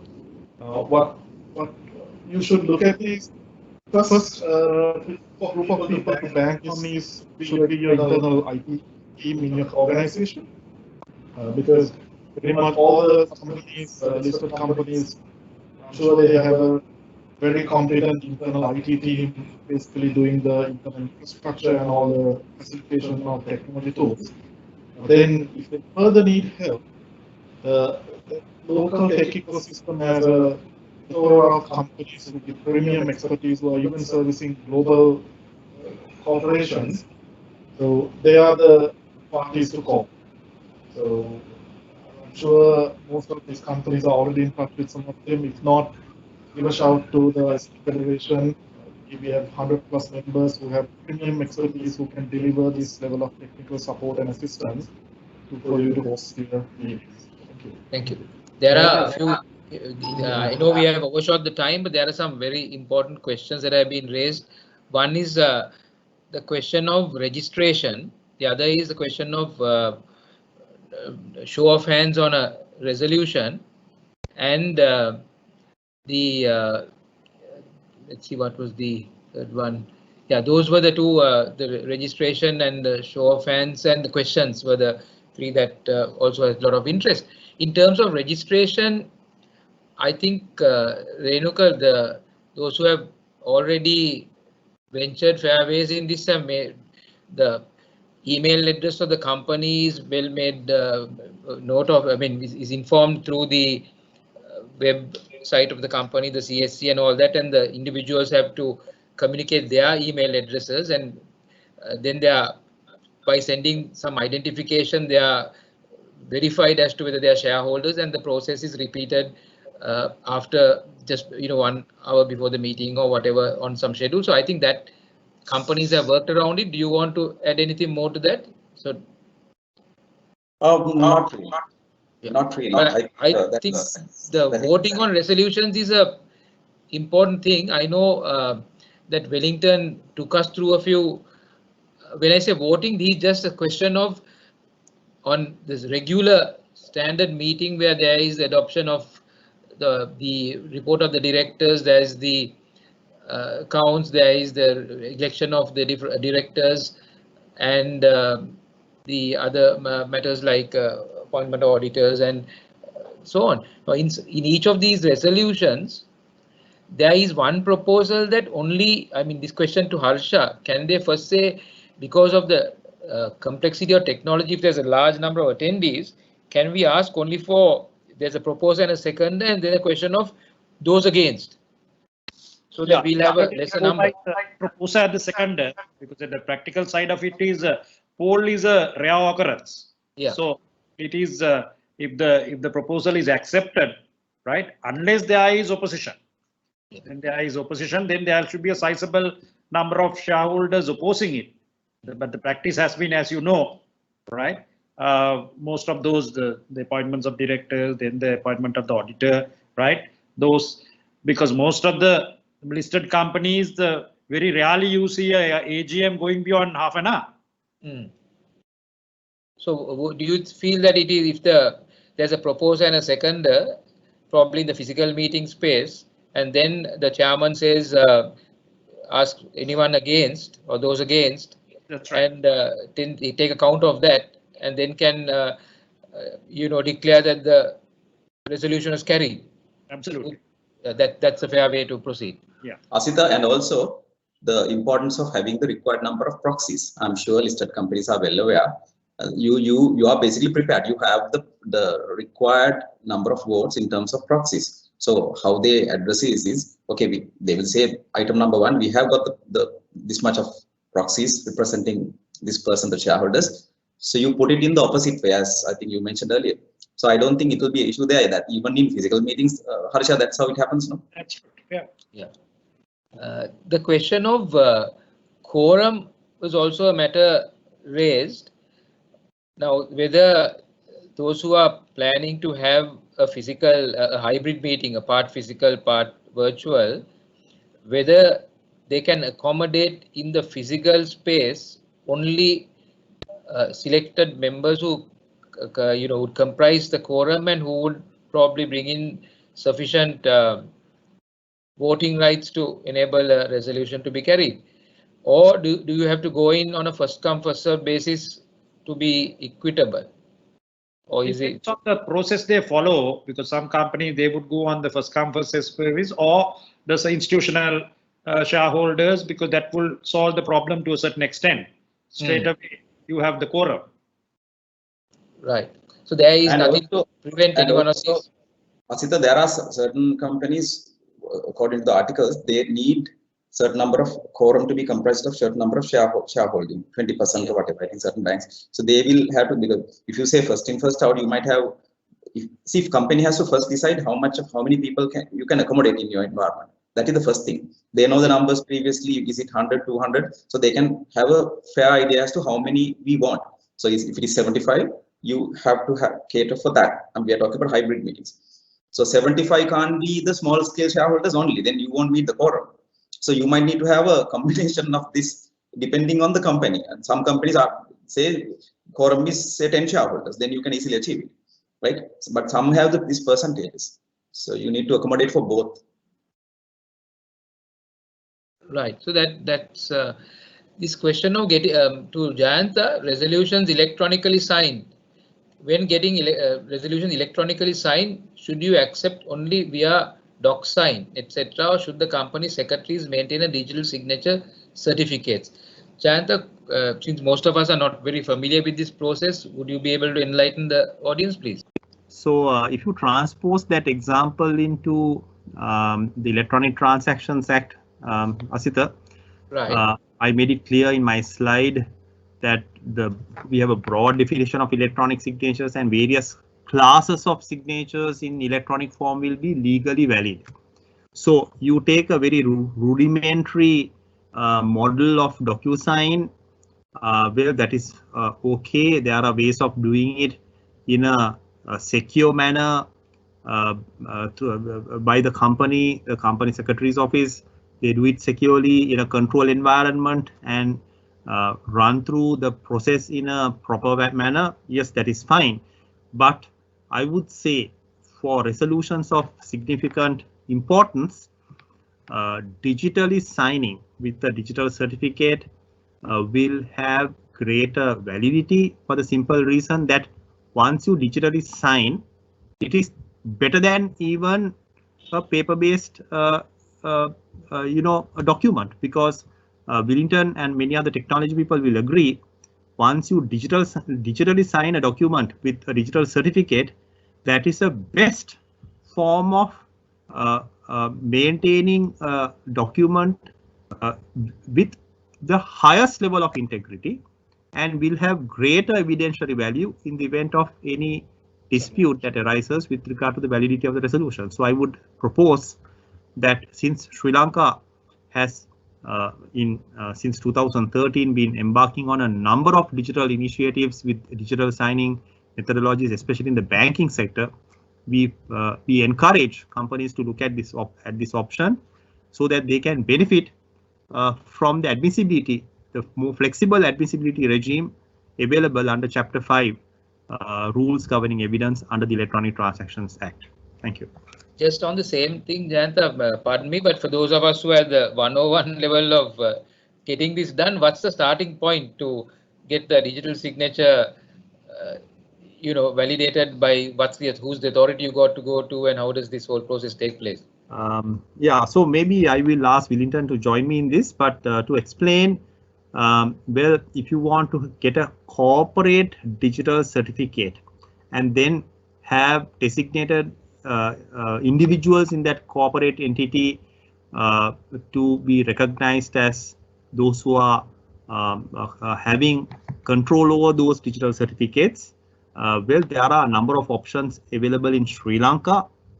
We have a recognized digital certificate service provider recognized under the Electronic Transactions Act under the root hierarchy that we have with a governance framework which jointly is regulated by Central Bank and ICTA and Sri Lanka CERT, of which we are part of. And that entity that was authorized in 2013, 1st of March, is Lanka Sign. And if you go to the Lanka Clear website, you have the Lanka Sign logo somewhere, and you have all the documentation that can be submitted even electronically. But I would propose that if there is any further guidance needed on the subject, those who have a Q&A can send a clarification to FITIS, and then I will be delighted to respond and direct them to the relevant authority, and even Wellington can do that. And it's a very simplified process of how one can obtain a digital certificate from Lanka Sign. It's available in lankaclear.com website. And once you get the token, there is a user guide. But remember, in using the token by the company secretary and other important officials of a company, especially in a listed company environment, we have to make sure that the terms and conditions of use are followed.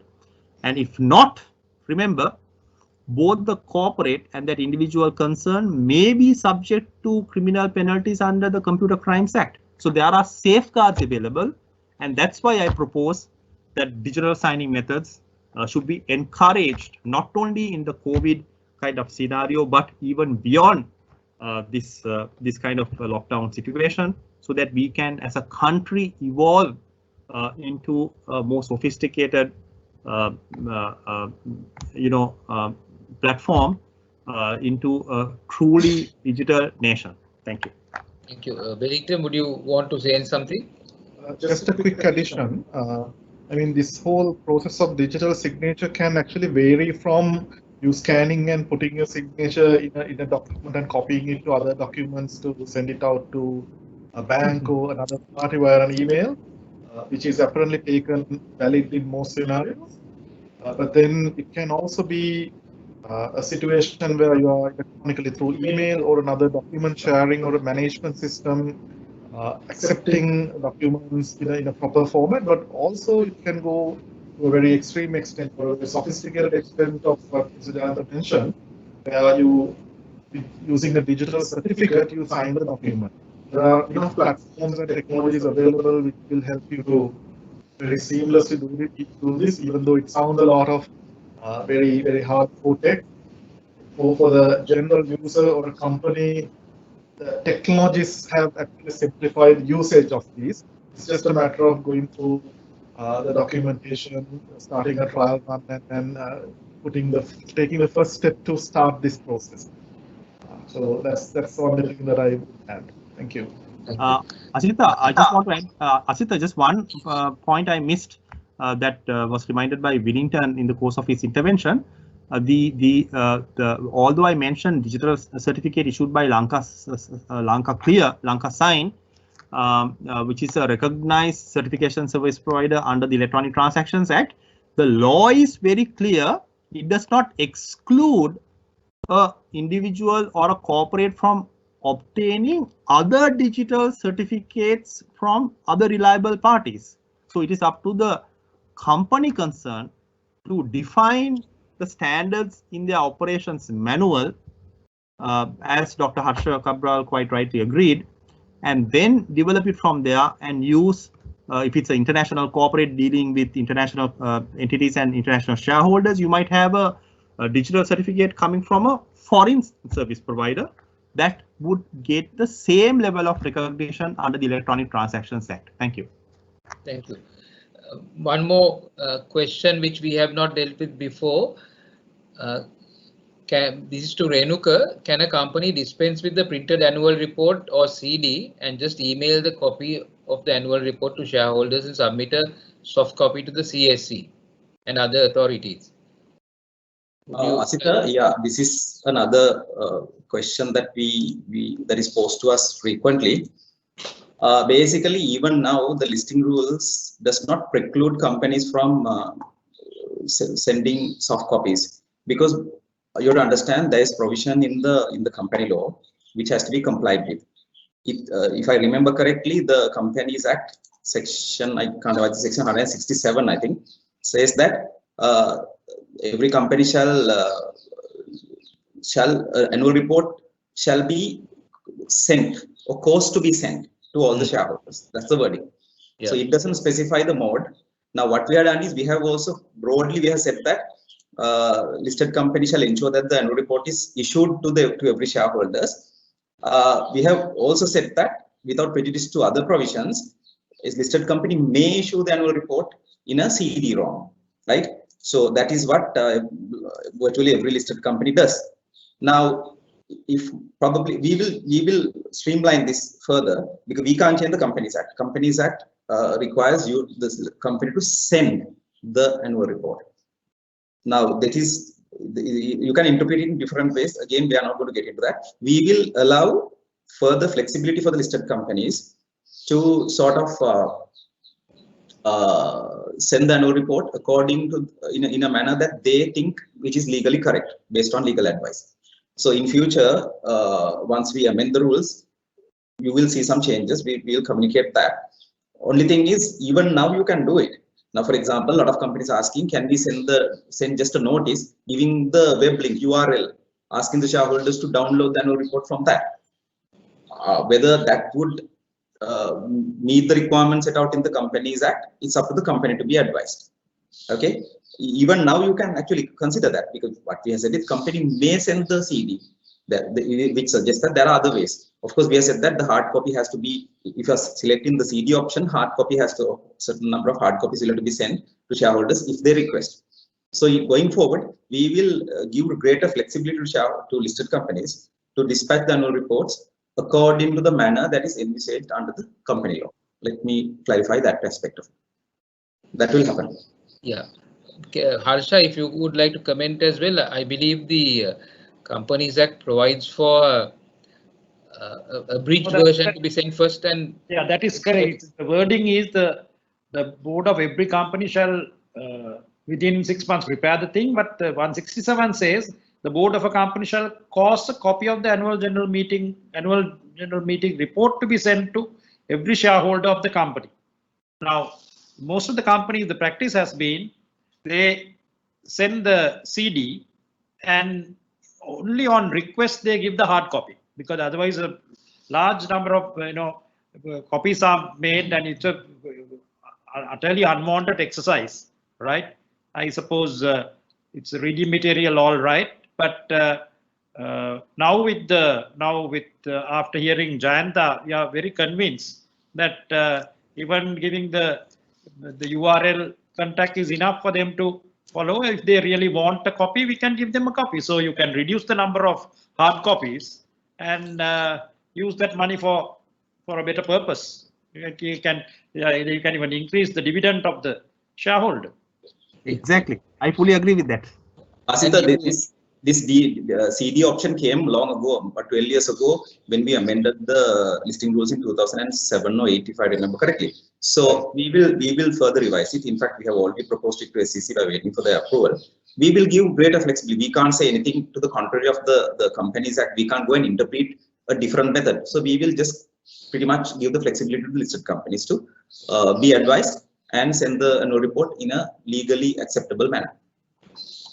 Harsha, you also drew our attention at the beginning in your presentation to the definition section of the Act, where documents were referred to as not only written. Can we not take cover under that provision? You can, because that was brought in for that purpose in 2007 Act. Specifically, we had discussions with people like Jayanta, and we were in the process of even online documentation, though the even at that time there was a project to computerize the company registry, but still it has not happened. But the idea was that. So we have done a lot of modifications, even giving the company number was for that purpose, so that it's easy to get a document. Now, even now you can download the forms. There are 46 forms under the Companies Act. You can download the forms and then type it and hand it over, but lodging it still manual. So the time has come to move forward and use those definitions, work within the framework. It's amending the law is a long process. It will take another 10 years to get a small amendment in. But why not work within the parameters of the law, take into consideration the Electronic Transactions Act and move forward. Articles you can amend with a special resolution. The company can do whatever you want. That's an internal document. But amending the Companies Act is a cumbersome affair. So, ladies and gentlemen, we've overshot time quite a lot. But one very important topic we didn't talk about, we might want a few minutes for that.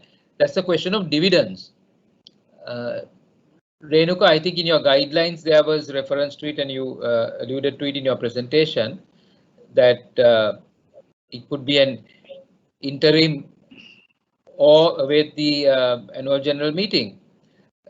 Harsha, do you want to make any reference to if it were to be taken as an interim, then it will be interim for the subsequent year, I would expect, in the 2021 financial period. Isn't it? Yes. As Yeah. for the shareholders' point of view, the main thing is the dividend. So if when the AGM gets postponed, they are affected. So the suggestion made by the regulator was, why don't you make a interim dividend and then make sure that at the correct time to declare the dividend. But I must say the banks had another issue. There was a directive issued by the central bank 2 weeks ago, where the future dividends temporarily stopped for the banks. Now, the dividends that were announced earlier, now the banks have sought advice, guidance from the central bank. How about the dividends that were announced, which have to be approved at the AGM, announced or not approved, but the share market has acted on that announcement. So whether it's not correct to pay that dividend, but with regard to the other listed companies, that doesn't apply, and they can the suggestion made by the regulator is good enough. Asita, Yes. they can do that. I think one fact that they need to consider here is that when you are converting it to interim dividend, it has to apply to the current financial year. Obviously, Yes. either 21-22 financial year. So there Right. could be financial implications there, because now the previous final dividend was based on the audited accounts as of 31st March this year. So if you are making it interim dividend, the payout happens in the future. So there could be financial implications, especially considering the business environment that is affected because of COVID-19. Yeah. So maybe these are, and also what Harsha said, for banks, I think the central bank would have looked at it like a fresh dividend, and in spirit of it is the same thing. But there could have nobody really opted for this. But now we see that a lot of companies want to sort of have some guidance on this, even from central bank, because and there's another issue regarding this. Because it was tied to the final dividend, which didn't get approved, dividends are held up, and also I have to add a few comments on the mode of payment also. Now we have clearly advised the listed companies to electronically transfer the dividend if the shareholder has given specific bank accounts. Now we are not very happy about it, because it happens in certain companies, but it certainly doesn't happen with regard to certain companies. You will be shocked to see sometimes the listed company posts a check to the bank, given to the bank where the bank account number is given by the shareholder. Now that kind of practices are not acceptable. So in future there will be certain directions on that also. So it's about the mode of payment. Yes, that's a very valid point. I believe, again, reading the notices of the different companies that have already announced their meetings, and in terms of dividend, I think many had mentioned that it would be sent to a closest branch, and the individual would have to give, prove their identity and collect the check from the closest branch of that particular bank or a designated bank. So there will be practical workarounds, but as you rightly say, there will be going forward better methods of getting the bank accounts registered and direct transfers to respective shareholder banks. So that is, I think, Renuka, can we have any final comments from you before we wrap up the session in terms of any plans of the CSC going forward, recommendations, suggestions, seeking any other views from the members here? Going forward, I think, in my view, I think based on the discussion that happened today, and also I was reading the questions, the take home is, I think it's imperative that the listed companies amend their articles to facilitate these changes, virtual AGMs and payment of dividends, etc. That is imperative. Going forward, I think it has to happen, but that's the way world is moving, and that's the way we also want the market to sort of get adjusted. That is one. Second thing is, I think to facilitate that, there may be certain regulatory directives, or even rule changes that might be suggested by us to facilitate this environment. Now, this audience is pretty much comprised of listed companies. So we are now SEC and CSC set up a committee. Jayanti is also a member there. Digitization committee, which is looking at digitizing all capital market operations. So not only the secondary market trading involving brokers, we'll be looking into these aspects also. Payments of dividends, dispatch of annual reports. So there are three things. Every investor entering this capital market, every shareholder of a listed company mandatorily will have to have three things. Number one, a bank account. Without a bank account, I don't think you can. Everybody has bank accounts, even a savings account. Then you have to basically have a mobile number, very important, and also a designated email address. So to enable that, there may be some regulatory directions coming to facilitate it. So going forward, I think listed companies will have to amend the articles to facilitate, because this whether there's a calamity like COVID-19 or not, I think we need to move into this digital era and facilitate virtual AGMs. Thank you, Renuka. There is a very useful comment. I think it's the final question here. It's a request, and I think that request can be referred to FITIS, saying that since this party got a bit late to join the meeting, whether we can make available the presentation on what's the video recording on the whole thing is what Willington tells me. If CSC is happy to publish it, that can be made facilitated. Would that be okay, Renuka? Or? Yeah, should be able to. We will discuss with the relevant people. Okay, but the legality and acceptability of it. By and large, the whole discussion was related to listed companies, so why not? Okay. Ladies and gentlemen, thank you for spending the time with us for nearly 2 hours on this discussion. I hope it was valuable and useful to you in taking forward the AGMs and board meetings in your respective companies, and also to FITIS for facilitating this, CSC and our partner SEMA. I would like to hand over to Abbas to make some final closing comments. Also to the panel, gentlemen, it has been excellent interaction. Appreciate the thoughts that you have shared. Thank you, Asita. And I think I have to say that it's been quite exhaustive amount of information that this excellent panel of speakers have shared with us today. I'm sure that we're all going to go out of this session much more enlightened, and I think much more comfortable in the way forward, especially with regards to our board meetings and our AGMs. So with that, I just have 2 ideas to share. I think this is something that I started at the beginning of the session, was basically the theme of every crisis actually creates new opportunities. And I believe organizations should actually look at the opportunities created by virtualization and not really give in to the elements of unknown and the fear with regards to the unknown. And I also would like to add that, we shouldn't actually over-underestimate the public in terms of information technology and literacy, because this is a country that has more mobile phone connections than the number of citizens. And we also have over 50% smartphone penetration. And if I'm not wrong, we also have over 7 billion Facebook users. So I'm pretty sure that if you look at digitization, the public will not have too much difficulties.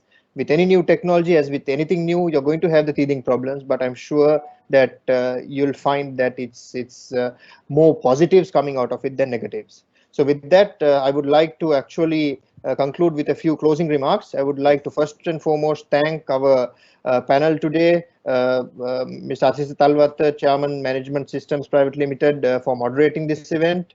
Dr. Harsha Cabral, Chairman, Tokyo Cement Group and Director, BOI Sri Lanka. Thank you very much. Mr. Renuka Vijayawardena, Chief Regulatory Officer, Colombo Stock Exchange, and Mr. Jayantha Fernando, Director, Legal Advice, ICTA, Director, Sri Lanka CERT, and Chairman, LK Domain Registry.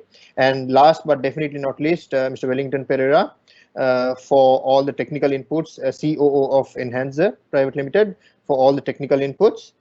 And I think it goes without saying, thank you all for the effort put in preparing for this session as well as conducting the session. And I would also, it would not be right of me to thank our partners for this session. Basically, this was conducted in association with CIMA and the Colombo Stock Exchange. our event partners, SoftLogic and Dell, our platform partners, /Tech Labs, messaging partner Textware, print media partner Daily FT, and all our corporate partners, Asiata Digital Labs, Lanka Bell, LK Domain Registry, Luna Labs, Orel IT, Sarva, and Zillion.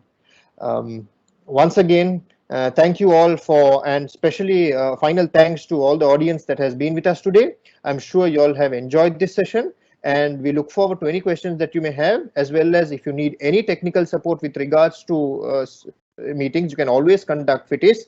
And I know we have a whole host of experts and consultants who can help you with this. So please feel free to get back to us. And I wish you all a great weekend and have a good day. Thank you so much.